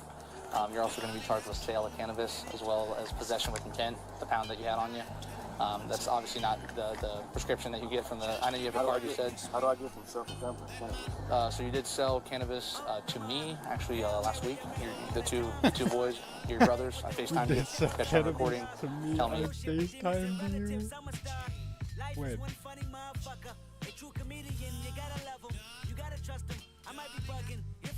You're sending your boy out. Met him over here. You gave me an address. That was me. I'm a cop. So sale of cannabis for that, which is a felony, and then possession with intent, which is another felony. You're also going to get unlawful use of a two-way communication device, which is basically using a cell phone to commit a felony, which is what you did. I got the text, what I'm saying? And I'm just being real. I'm not trying to be a dick. I'm just telling you straight up what the charges are. Obviously, we're a unique unit. We're not the normal cops. You know what I'm saying? We don't have patrol cars. We drive by marks. We wear masks. We buy dope from people. I know it's weed, but we have the unique ability to allow you, instead of getting charged with the stuff I'm going to charge you with, to cooperate. I know it's not popular on the street. Snitch, but if I was in your shoes, I would be looking out for myself. You know what I'm saying? I know you have information on people that we're interested in. I'm not saying you have to do it now. You could do it now if you wanted to, but if you don't want to, if you hire an attorney in the future, whether it's I'll do it if it's on, but you gotta pay me $50 cash. If it's off, I'll do it for free. Public defender, or if you get one assigned to you, which you will, if you don't hire a private attorney, tell them that you want to work with the drug unit of Seminole County. You know what I'm saying? And then we can set up a meeting, closed doors, or you know what I'm saying, no one knows about it, me and you, your attorney, my attorney, the state, you know what I'm saying? So I didn't look in the backpack. Was it just the weed that they found, like the pounds or whatever? Yeah, some weed. Okay. Is there anything else in the bag? Like scale or anything, baggies? Okay. Is your wallet in there? Okay. Do you have any items up in the house? Like, stay here. So any like clothes or like your wallet? Anything that you want to go with you? I'll be afraid you're gonna go to jail. But No. you don't have a phone or a license? Depending on what we find, they might all be going to jail. So I can't really give it to anyone. No, it ain't much in there. Oh, Proposition with nines. Ducky was well aware. They robbed the manager and shot a customer last year. He figured he'd get on these niggas' good sides. Free chicken every time Anthony posted in line. 2 extra biscuits. Anthony liked them and then let them slide. They didn't kill him. In fact, it looked like they're the last to survive. Pay attention. That one decision changed both of their lives. One curse at a time. Reverse and manifest the good karma, and I tell you why. You take 2 strangers and put them in random predicaments. Give them a soul so they can make their own choices and live with it. 20 years later, them same strangers, you make them meet again. Inside recording studios where they reaping their benefits. Then you start reminding them about that chicken incident. Whoever thought the greatest rapper would be from coincidence? Because if Anthony killed Ducky, Top Dog could be serving life while I grow up without a father and die in a gunfight.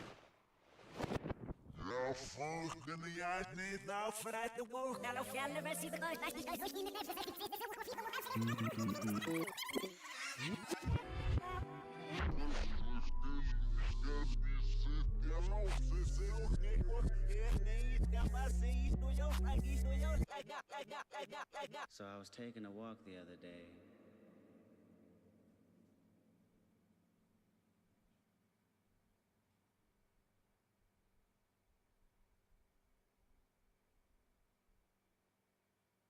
Oh, the last time I saw Paul, I was horrible and almost let him in.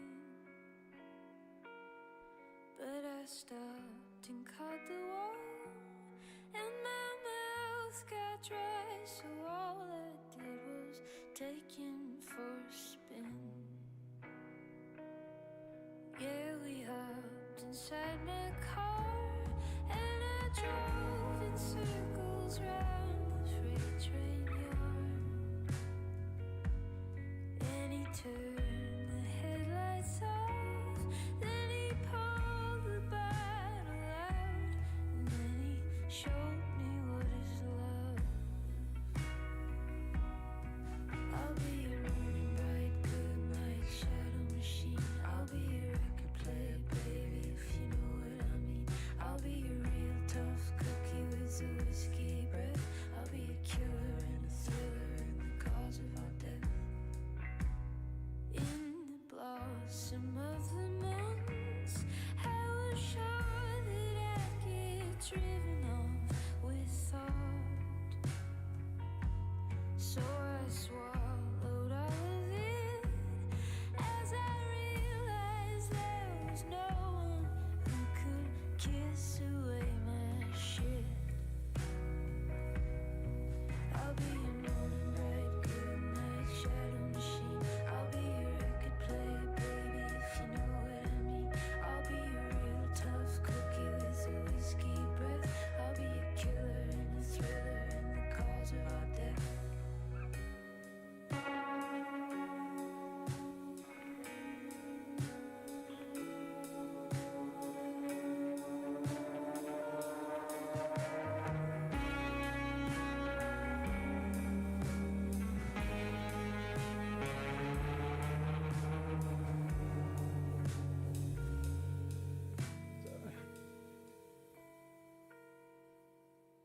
Paul, I know you said that you'd take me any way I came or went, but I'll push you from my brain.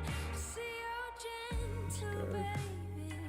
I couldn't stay, I'd only bring you pain. Fuck me. I was your starry-eyed lover and the one that you saw. I was your hurricane rider and the woman you called. We were just 2 moonshiners on the cusp of a breath, and I've been burning for you, baby, since the minute I left.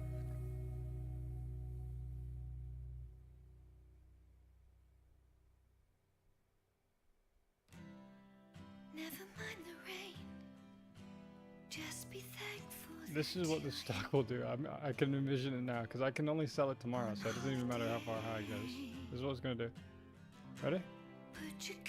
I'd open, hold down, hold down, hold down, hold down, hold down, hold down, hold down, hold down. Right there. When I can sell the next day, it's going to be like where I bought it at. So watch. Watch. It's going to go... Oh, this will be way higher. There you go. Okay, fuck it up. Oh, bye-bye, stock. It was nice to see it happen, I guess. If I just held my stock from Friday, so now I would have like 10k, and then that 10k would have doubled. Well, and then I would have had enough to day trade by now. With the current fucking limited. Damn, I would have made... Wow. Wow.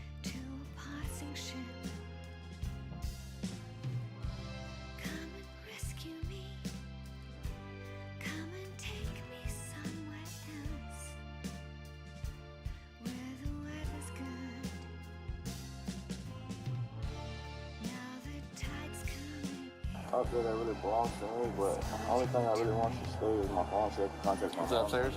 Huh? Upstairs? No, it's down here. In the backpack?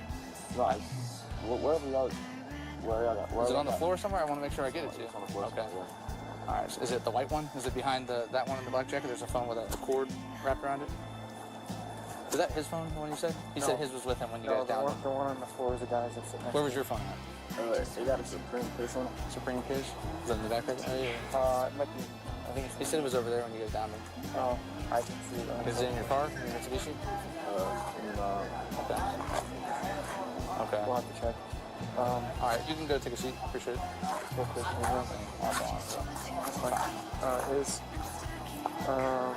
Do you mind getting all their names too and stuff? I've been reporting it. I haven't talked to anyone that's not their name yet. I talked to Destin, the far right, Jade, the pregnant lady, and then Green, the one. No, I'm saying this guy. Do you know if he's a convicted felon? I don't even know who that is. Okay. No. Yeah. There's a backpack up in the closet with all of his paperwork and a Signal 0 and handgun. I ran it. It's not stolen, but it's in the closet. There's also just paraphernalia. Can you check for convictions for all of them? Because is it in plain view? Like no, it was in the backpack in the closet. In the closet? Okay. But that's in that backpack. Make sure Destin Howard, that's his bedroom. He admitted it's his bedroom. I don't know if he's a convicted felon. He said he's been arrested when he was a juvenile. So okay. Destin I'll Howard. have Max starting to write everybody down. Cool. And then maybe have I'll Mary finish run up in them all there. from Sierra. Appreciate it. Yep. Who's that guy right there? Kamari Green. He has the 2 warrants and the PC. I know who he is. The guy next door. He's the one that I have the sale on. He came out. I don't know his name yet. I haven't talked to him. And then him and the one to the right, the brothers that look similar, the one that was talking junk to you, those are brothers. Those are the ones that came in. So we don't know what name they are. Yeah, I haven't talked to him. I'm about to talk to the last guy. So. Yeah, because I asked him if everything in there is his. He said yes, but now apparently the wallet's not his. The wallet's his. He's telling me he's Tyrone. Tyrone, the one with the gun found? This one here, he's telling me he's Tyrone. Is that where the gun was found with the paperwork? Oh, that I don't know. I think he just showed me one with Tyrone with a gun on it, in the backpack. So. Is that guy there? Their brother, that might be that one. They're brothers, but he has his hair fluffed like that and he doesn't. So I'm gonna talk to him now, but I'll let you know. Sir, can I come over here? Appreciate it.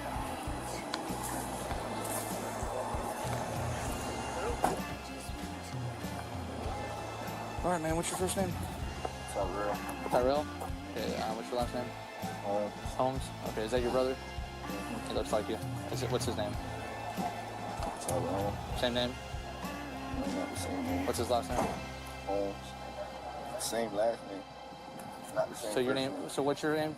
Tyrell. Tyrell, and his is Tyrone. Yes. Okay. I'm just trying to make sure I've never met you before. So, yours is Tyrell or Tyrone? Tyrell. Tyrell. Okay, Tyrell.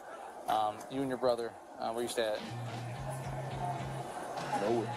You stay nowhere? Okay. How long you been staying here? Because they've already told me you stay here sometimes. Sometimes, but I don't get staying.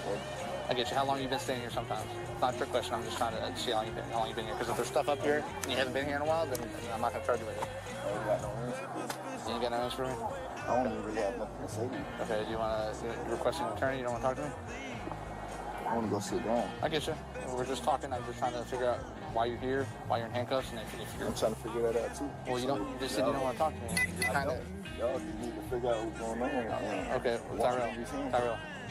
I don't want to talk to you. don't Y'all wanna just talk to took me to jail for some bullshit. I didn't take you to jail. Not you, but y'all run together. Look at y'all. All these masks on and shit. Yeah, we're the drug unit. Hey, Tyrell, you sold me weed on the 13th last week. Okay, well, you're going to jail for 2 felonies, okay? So, if you don't want to talk, fine. And whatever's in the house, I'm going to charge you with it because you live here, so. That doesn't mean... Yep, you sold me drugs, you're going to jail. So if you want to... talking about? Yep, so go over there. Yep, I'm done talking to you. Yep, stop talking, shut your mouth. Sit down. Sit down. Sit down. Yep, sit down. Yep, stop talking. I haven't talked to you yet. You mind standing up for me? Appreciate you. Are you on your phone? Yeah. Let me see your phone. We're gonna hang up for now. They finna take my phone. Yep.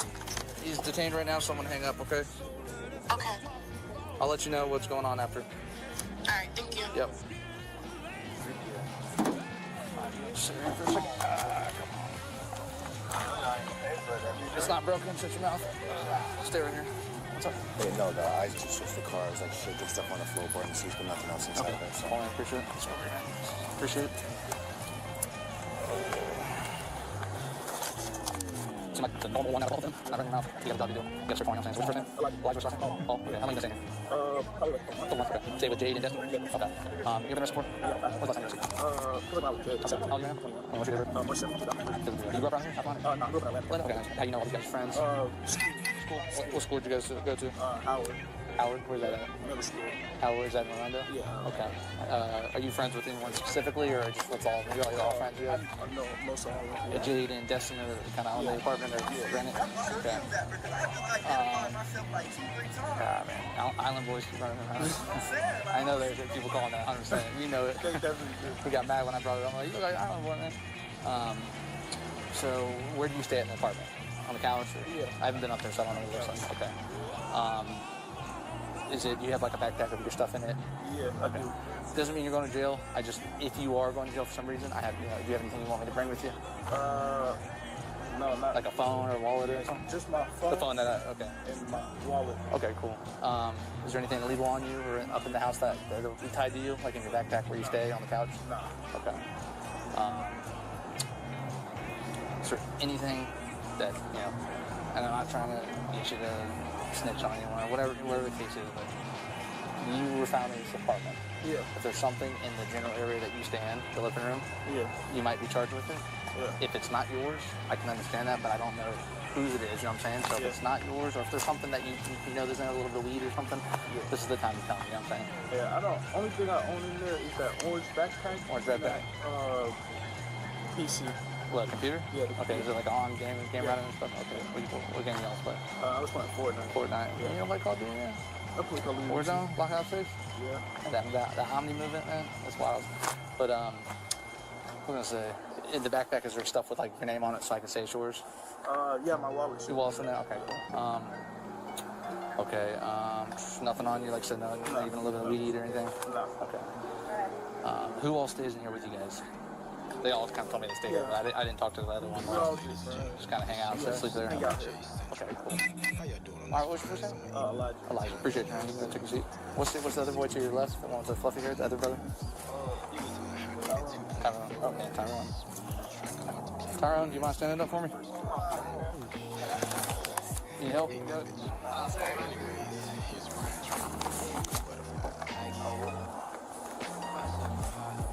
Appreciate you, man. Talk to your brother, Tyrone. No, I'm Tyrone. Tyrone. Okay, what's your last name again? Holmes. Holmes, same as him? You guys are brothers? Yeah. You guys are twins or one's older? You're older than me. You're older? Okay. Yeah, you guys look spitting image, so. How long you been staying here? Honestly, I don't know. A couple weeks, maybe? Probably. Okay. Yeah, I don't need exactly. I was just wondering if you just moved in, you've been here 10 years, you know what I'm saying? No. she cool, I mean she tight, I mean if we speaking no facts, I guess she's something that I'd like, or maybe date, or maybe wife, or I'm tripping. Did I admit that I'm slipping? For a girl like you, I guess I could try to. The only problem is you make me nervous, but then you told me that I'm. So I've talked to every single person. I'm not like lying to you. They all said they live here, whether it's a long time or a short time. Where do you stay at the house? Because I need to know if there's something illegal. You're not going to jail right now. I don't stay anywhere specifically. I lay on the floor. So you're everywhere? You're in the master bedroom, or you're in the living room, you know what I'm saying? I don't want to talk. Okay, you don't want to talk? I know. I stay on the floor. On the floor? Okay, so there's the whole floor of the apartment. Anything in the apartment, I'll charge you with. That's what I'm trying to see, man. Tyrone, I'm not trying to... I'm telling you, I don't know nothing. I don't even want to You've been arrested before? Nah, I don't even want to talk. You don't want to talk? I know my rights, but I Okay. don't want to talk. Well, you're getting charged with sale of cannabis because you sold me drugs over there in a little green truck. That was me. So you're getting a felony as well as drug paraphernalia, which is a misdemeanor. You did. You and your brother did. It's on video. Yep. The truck next to me was 2 cops recording it. So you sold me drugs. That's how we. This is because you and your brother. All right, let's go sit down. He's coming over. His cell phone's in the master bedroom. You don't want to know or anything? No, I'm good. Sorry, I'm just grabbing your key.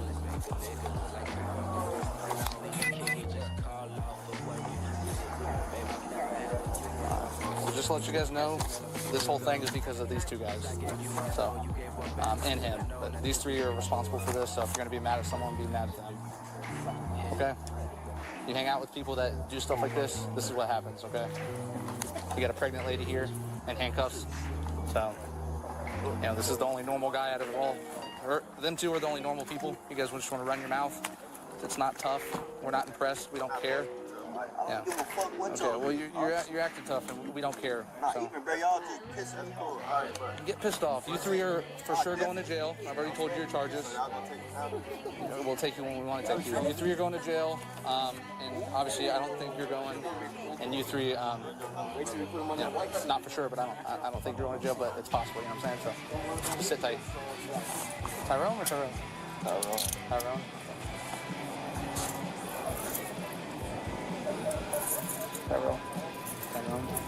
Tyrone, right? Tyrone? No, Tyrone. I got convinced, I got confused like 3 times. So Tyrone, we're talking about that. Tyrone? The backpack with the gun in it. With the gun yours, your name was on paperwork in the backpack. Nah, it's my It's not stolen enough, I'm just like, it's legal. I know, but it's my brother's baby mama. Okay, does he have paperwork that says it's his? Yeah, she does. So she could probably call in and get it? Yeah, I believe. Okay. She'll have to do that then if she wants to get it back, because it's going to go in evidence for now. We can't leave it here. Obviously, we did a search warrant with a gun, but I'm just letting you know we're taking it, you know what I'm saying? What's up? No worries. Your name there's paperwork with your name on it in the backpack. That's the only reason I'm asking you. So, you think she'll call in and have that paperwork to get it back? Yeah, she definitely will. Okay, cool. Appreciate it. Oh, yeah. Step out for me. We're going to switch stuff. Thanks, sir.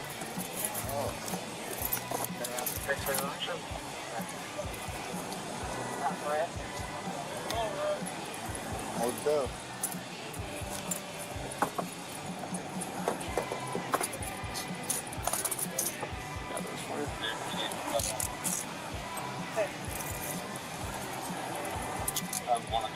These are Hey, Kyle.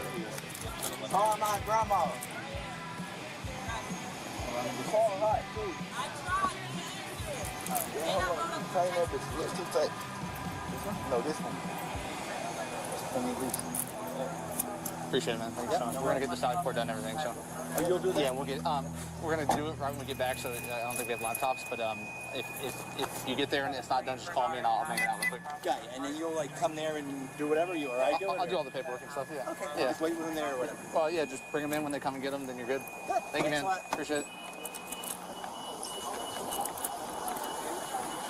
Sir, appreciate it. Thank you. Thank you. Yes, sir. Thank you. Did someone explain to you what was going on? No. Okay, so 2157. We did a drug search warrant. There was drugs sold out of there, drugs found. So just to let you know, okay. There's no damage to the property or nothing. 2157. Yeah, up there and to the left. I guess these 2. Oh, go ahead. There's no damage to the property. You know, we didn't bust the door down or nothing. Sometimes we do. We didn't in this one. Okay. So just let you know, you the building manager or something? No, but I was coming by to check on the unit, but yeah, I will make sure I let her Yeah, just let her know, yeah. Sounds good, thanks. You guys have any questions for us? Yeah, anything found in the house or anything, or what's... I didn't hear you say it. Anything found in the house, or what's going to go on with Anything taken from the house or something? Yeah, it's probably a little messier than what it was. We had to search everything, you know, under the couches. Nothing's broken, but we did take a gun that was Tyrell's in the backpack. He said it was like his sister's something shit paper. None that could affect him. Yep, it was just your apartment. The weed was sold out of it. That's why we had the warrant. We weren't here.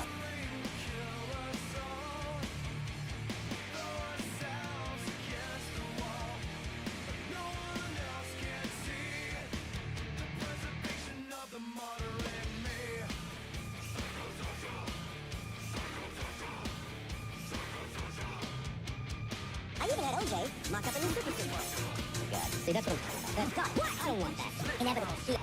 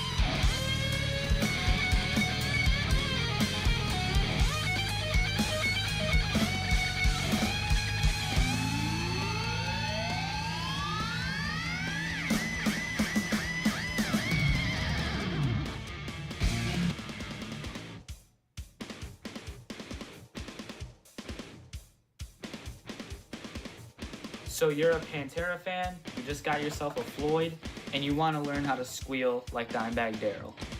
The things you are going to want: high output humbuckers, high gain or distortion, and a lot of compression, but you don't want to add too much noise gate. You want to hear some string noise when you do it.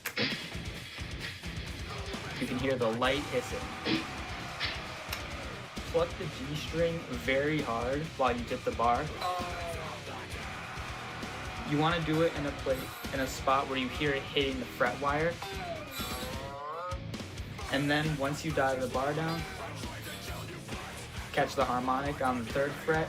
Actually lay your finger gently over the fret, not like where you fret a note, the actual metal fret.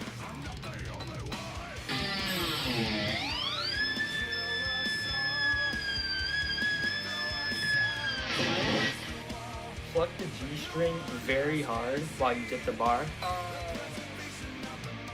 You want to do it in a spot where you hear it hitting the fret wire.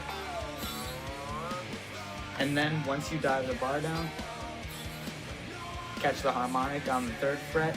Actually lay your finger gently over the fret, not like where you fret a note, the actual metal fret.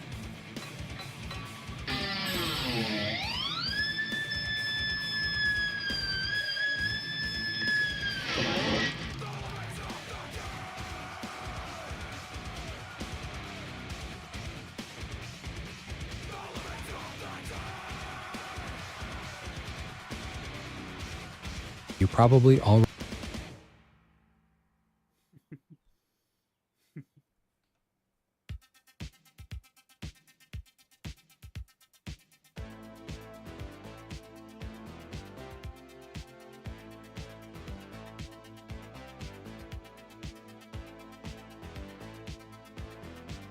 This here's Bob Hall. He's the creator of the Miata and the cult following that you all love. And we're gonna force him to react to the Miatas of TikTok. My name's Jimmy. I'm a producer at Donut. Jimmy is the most qualified person at Donut to talk about Miatas. I've had way too many. He's obsessed with them. Good luck, Jimmy.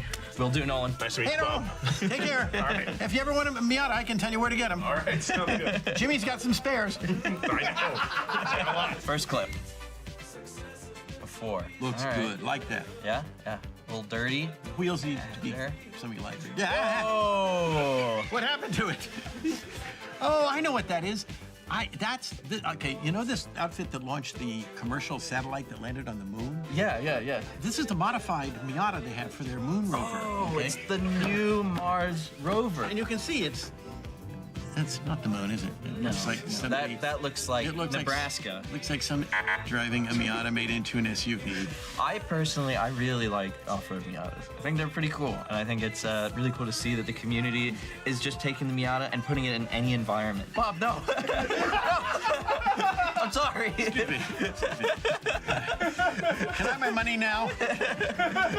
No, look, I'll be serious for a moment here. It bothers me less than a Miata sitting rusting away in a junkyard. It's being used. Exactly. Somebody found a use for it. It might not be the same use I would use it for, but that doesn't mean it's bad. So, Bob, how would lifting the Miata change the driving characteristics? Here's the regular Miata.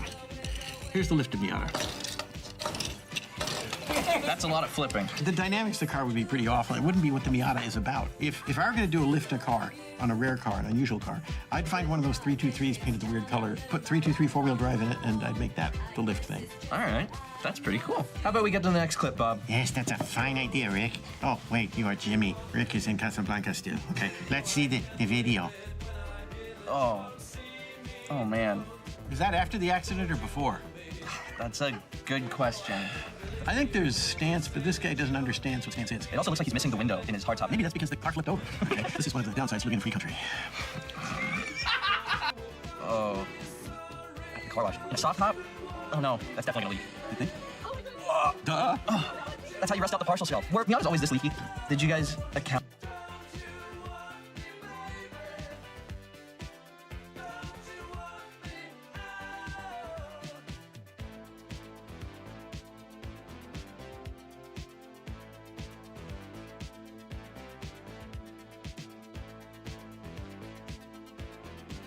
Might be able to reach anywhere in the world, which definitely shouldn't be possible. Not because the antenna is magical, but because each node like it forms a mesh network automatically. Now, in my lab,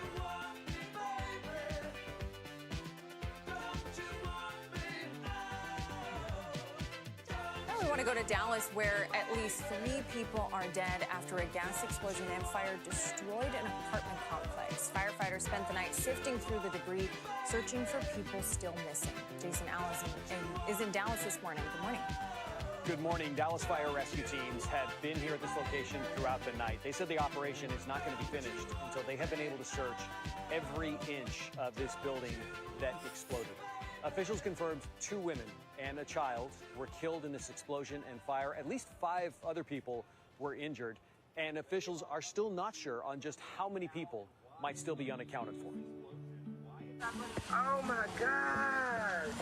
Shock and chaos after an explosion Thursday afternoon turned this Dallas apartment building into a towering inferno. 2-story apartment complex, natural gas explosion, multiple victims. Witnesses say they heard a large boom and then saw people running from the flames. I felt like a big boom. There was not one, but there was 2 of them. And then I took off running. There was this little girl who was like barely getting out of the debris. And after that, like the fire just started spreading.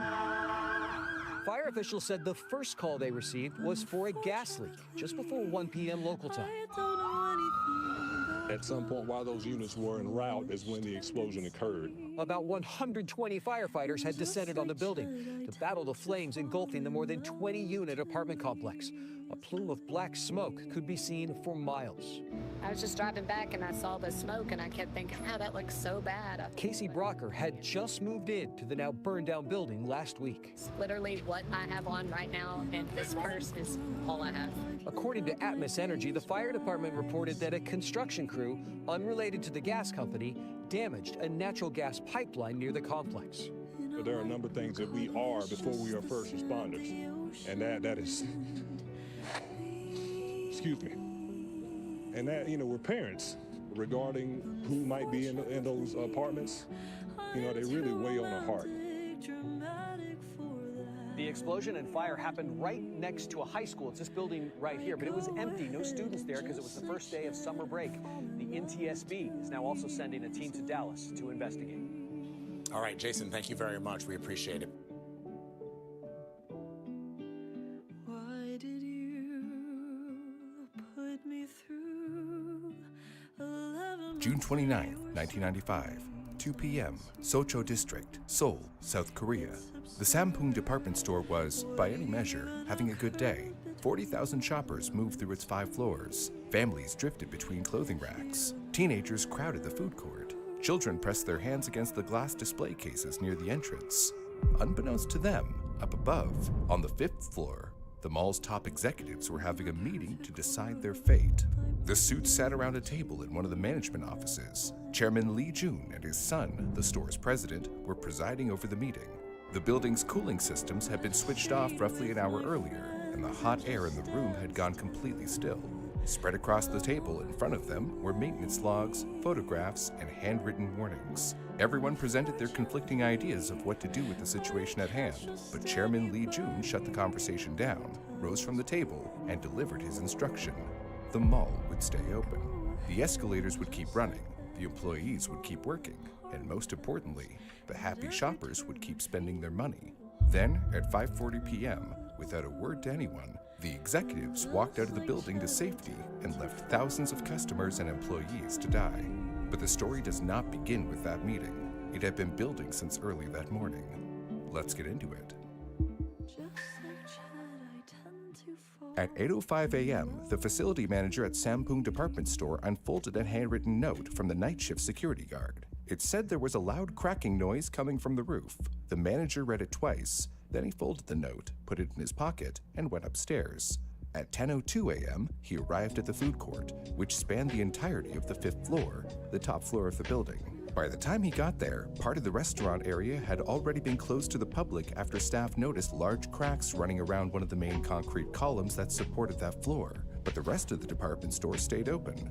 The manager crouched down to get a closer look at the damage. Some of the cracks were wide enough to slide a finger into.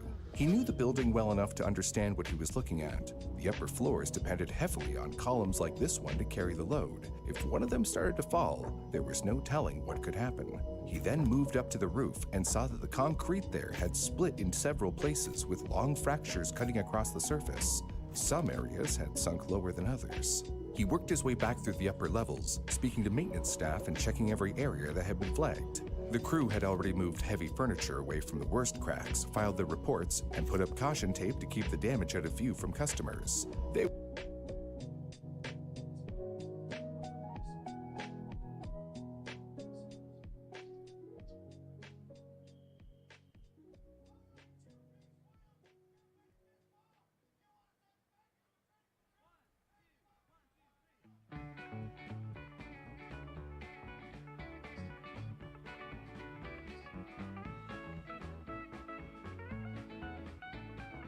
wouldn't want to alarm them. This would be the first of many unfortunate choices made that day that would eventually result in a horrific tragedy, the likes of which the country had never seen. At 10:03 a.m., with the restaurant section still cordoned off, the rest of Sampoong opened as usual. But by midday, the problem was no longer confined to the upper floors. A deep bang echoed through the building, loud enough that shoppers on the lower levels paused and looked around. Most assumed it was something being dropped and kept moving. Meanwhile, staff on the upper floors could feel a faint vibration underfoot, and looking up, they could see fine dust shaking loose from the ceilings above them. Management closed off additional sections above, but the sales floor below still looked entirely normal. Customers kept moving through cosmetic counters and clothing racks. Most had no idea that the 5th floor was partially closed. The escalators were still running. The registers were still opening and shutting. Nothing raised any red flags, even for the workers like 18-year-old store employee Lee Sun-min, working what she planned to be her final shift before starting college later that summer, or like 19-year-old Yu Ji-hwan. For her, it was a normal day. She put on her nice shirt and went down to the basement level to start her shift in the home goods section, selling crystals. She had been working at this job for around 6 months, except she heard a rumor that the 5th floor had sunken a bit. But since no one was being evacuated, she figured there was nothing to worry about, and instead just focused on getting through the day. At 12:30 p.m., the manager turned his attention to the roof equipment. He saw that the cracks had worsened since morning. The air conditioning units on the roof had been running all day. He ordered to shut them down. The hum that had run through the upper floors all morning went quiet, but it was far too late. The dust along the crack lines continued to fall. There was nothing anyone could do now to stop what was about to happen. On the 5th floor, heavy kitchen equipment like industrial ovens, massive room-sized refrigerators, and long cooking stations lined the restaurant. All of this was pressing down on a structure already strained by the weight on the rooftop. At 1:30 p.m., the manager went back up to the roof. The fractures had spread since his last visit. Several had widened. Fine concrete powder gathered along the edges of the splits where pieces of the roof were grinding against each other. This was the last warning sign for him. He picked up the phone and called his superiors directly, warning them that the building might be at risk. But the decision of what to do next was unfortunately not his to make. Perhaps if it had been, hundreds of lives could have been spared. At 2:00 p.m., the senior executives of Sampoong Department Store gathered in a management office on the 5th floor for an emergency meeting. Reports were set across the table, maintenance logs, photos of the cracks, and notes from the facility manager. The air inside the room had gone still since the cooling units had been shut down, making them sweat. As they talked, they wondered why this could be happening. Back in 1987, when Lee Jun's company was constructing the structure that would later become this mall, the project had originally been approved as only a 4-story building for a different use. They decided to use the flat slab method to save money. It meant that the floors sat directly on columns without thick crossbeams or a strong steel frame to spread the weight. In that kind of design, there is no backup support, and every column has to be perfect. If one fails, the load has nowhere else to go. But halfway through construction, the owners made a major decision to convert it into a department store instead. That decision forced engineers to modify the design. An additional floor was added, and extensive modifications were made to the gray structure. The redesign pushed the total floor area from the originally intended 720,000 square feet to nearly 800,000. The building now had to support thousands of shoppers, restaurants, and heavy retail equipment, far beyond what the original structure had been designed for. To make matters worse, these particular columns had been built smaller than the design required. The original blueprint specified columns 79 centimeters thick. However, during construction in 1988, that number was reduced by a quarter, down to 58 centimeters, to cut construction costs. On top of that, the columns were spread out further than intended, nearly 11 meters apart from each other, as per Chairman Lee Jun's orders. More space between columns meant more room for shops, which meant more rental income. It also meant that each column was being asked to carry an enormous share of the building's total load, with no margin for error. Even though the changes pushed the building beyond its original load limits, the plan still received approval from the local government office in Seocho District, somehow. But there was resistance from the engineers themselves. Woosung Construction, the firm that was hired to construct the original design, refused to carry out the changes. Their engineers reviewed the new plans and told Lee Jun that the redesign posed serious structural risks. The modified building would not hold, they said. Lee dismissed them and brought in his own company to carry out the changes, including the addition of the 5th floor. The problems stacked up from there. Turning the building into a department store meant installing escalators on every floor. To do that, workers cut huge holes through each concrete slab. Every cut removed structural support from the floors. The building also ran into zoning issues. Structures of that size were not supposed to operate entirely as department stores. Lee found a workaround. He ordered the addition of a skating rink on the brand new 5th floor. But later, he changed his mind again. The skating rink never opened. Before long, it was converted into a cluster of restaurants, their kitchens heated by hot water pipes laid directly beneath the floor surface.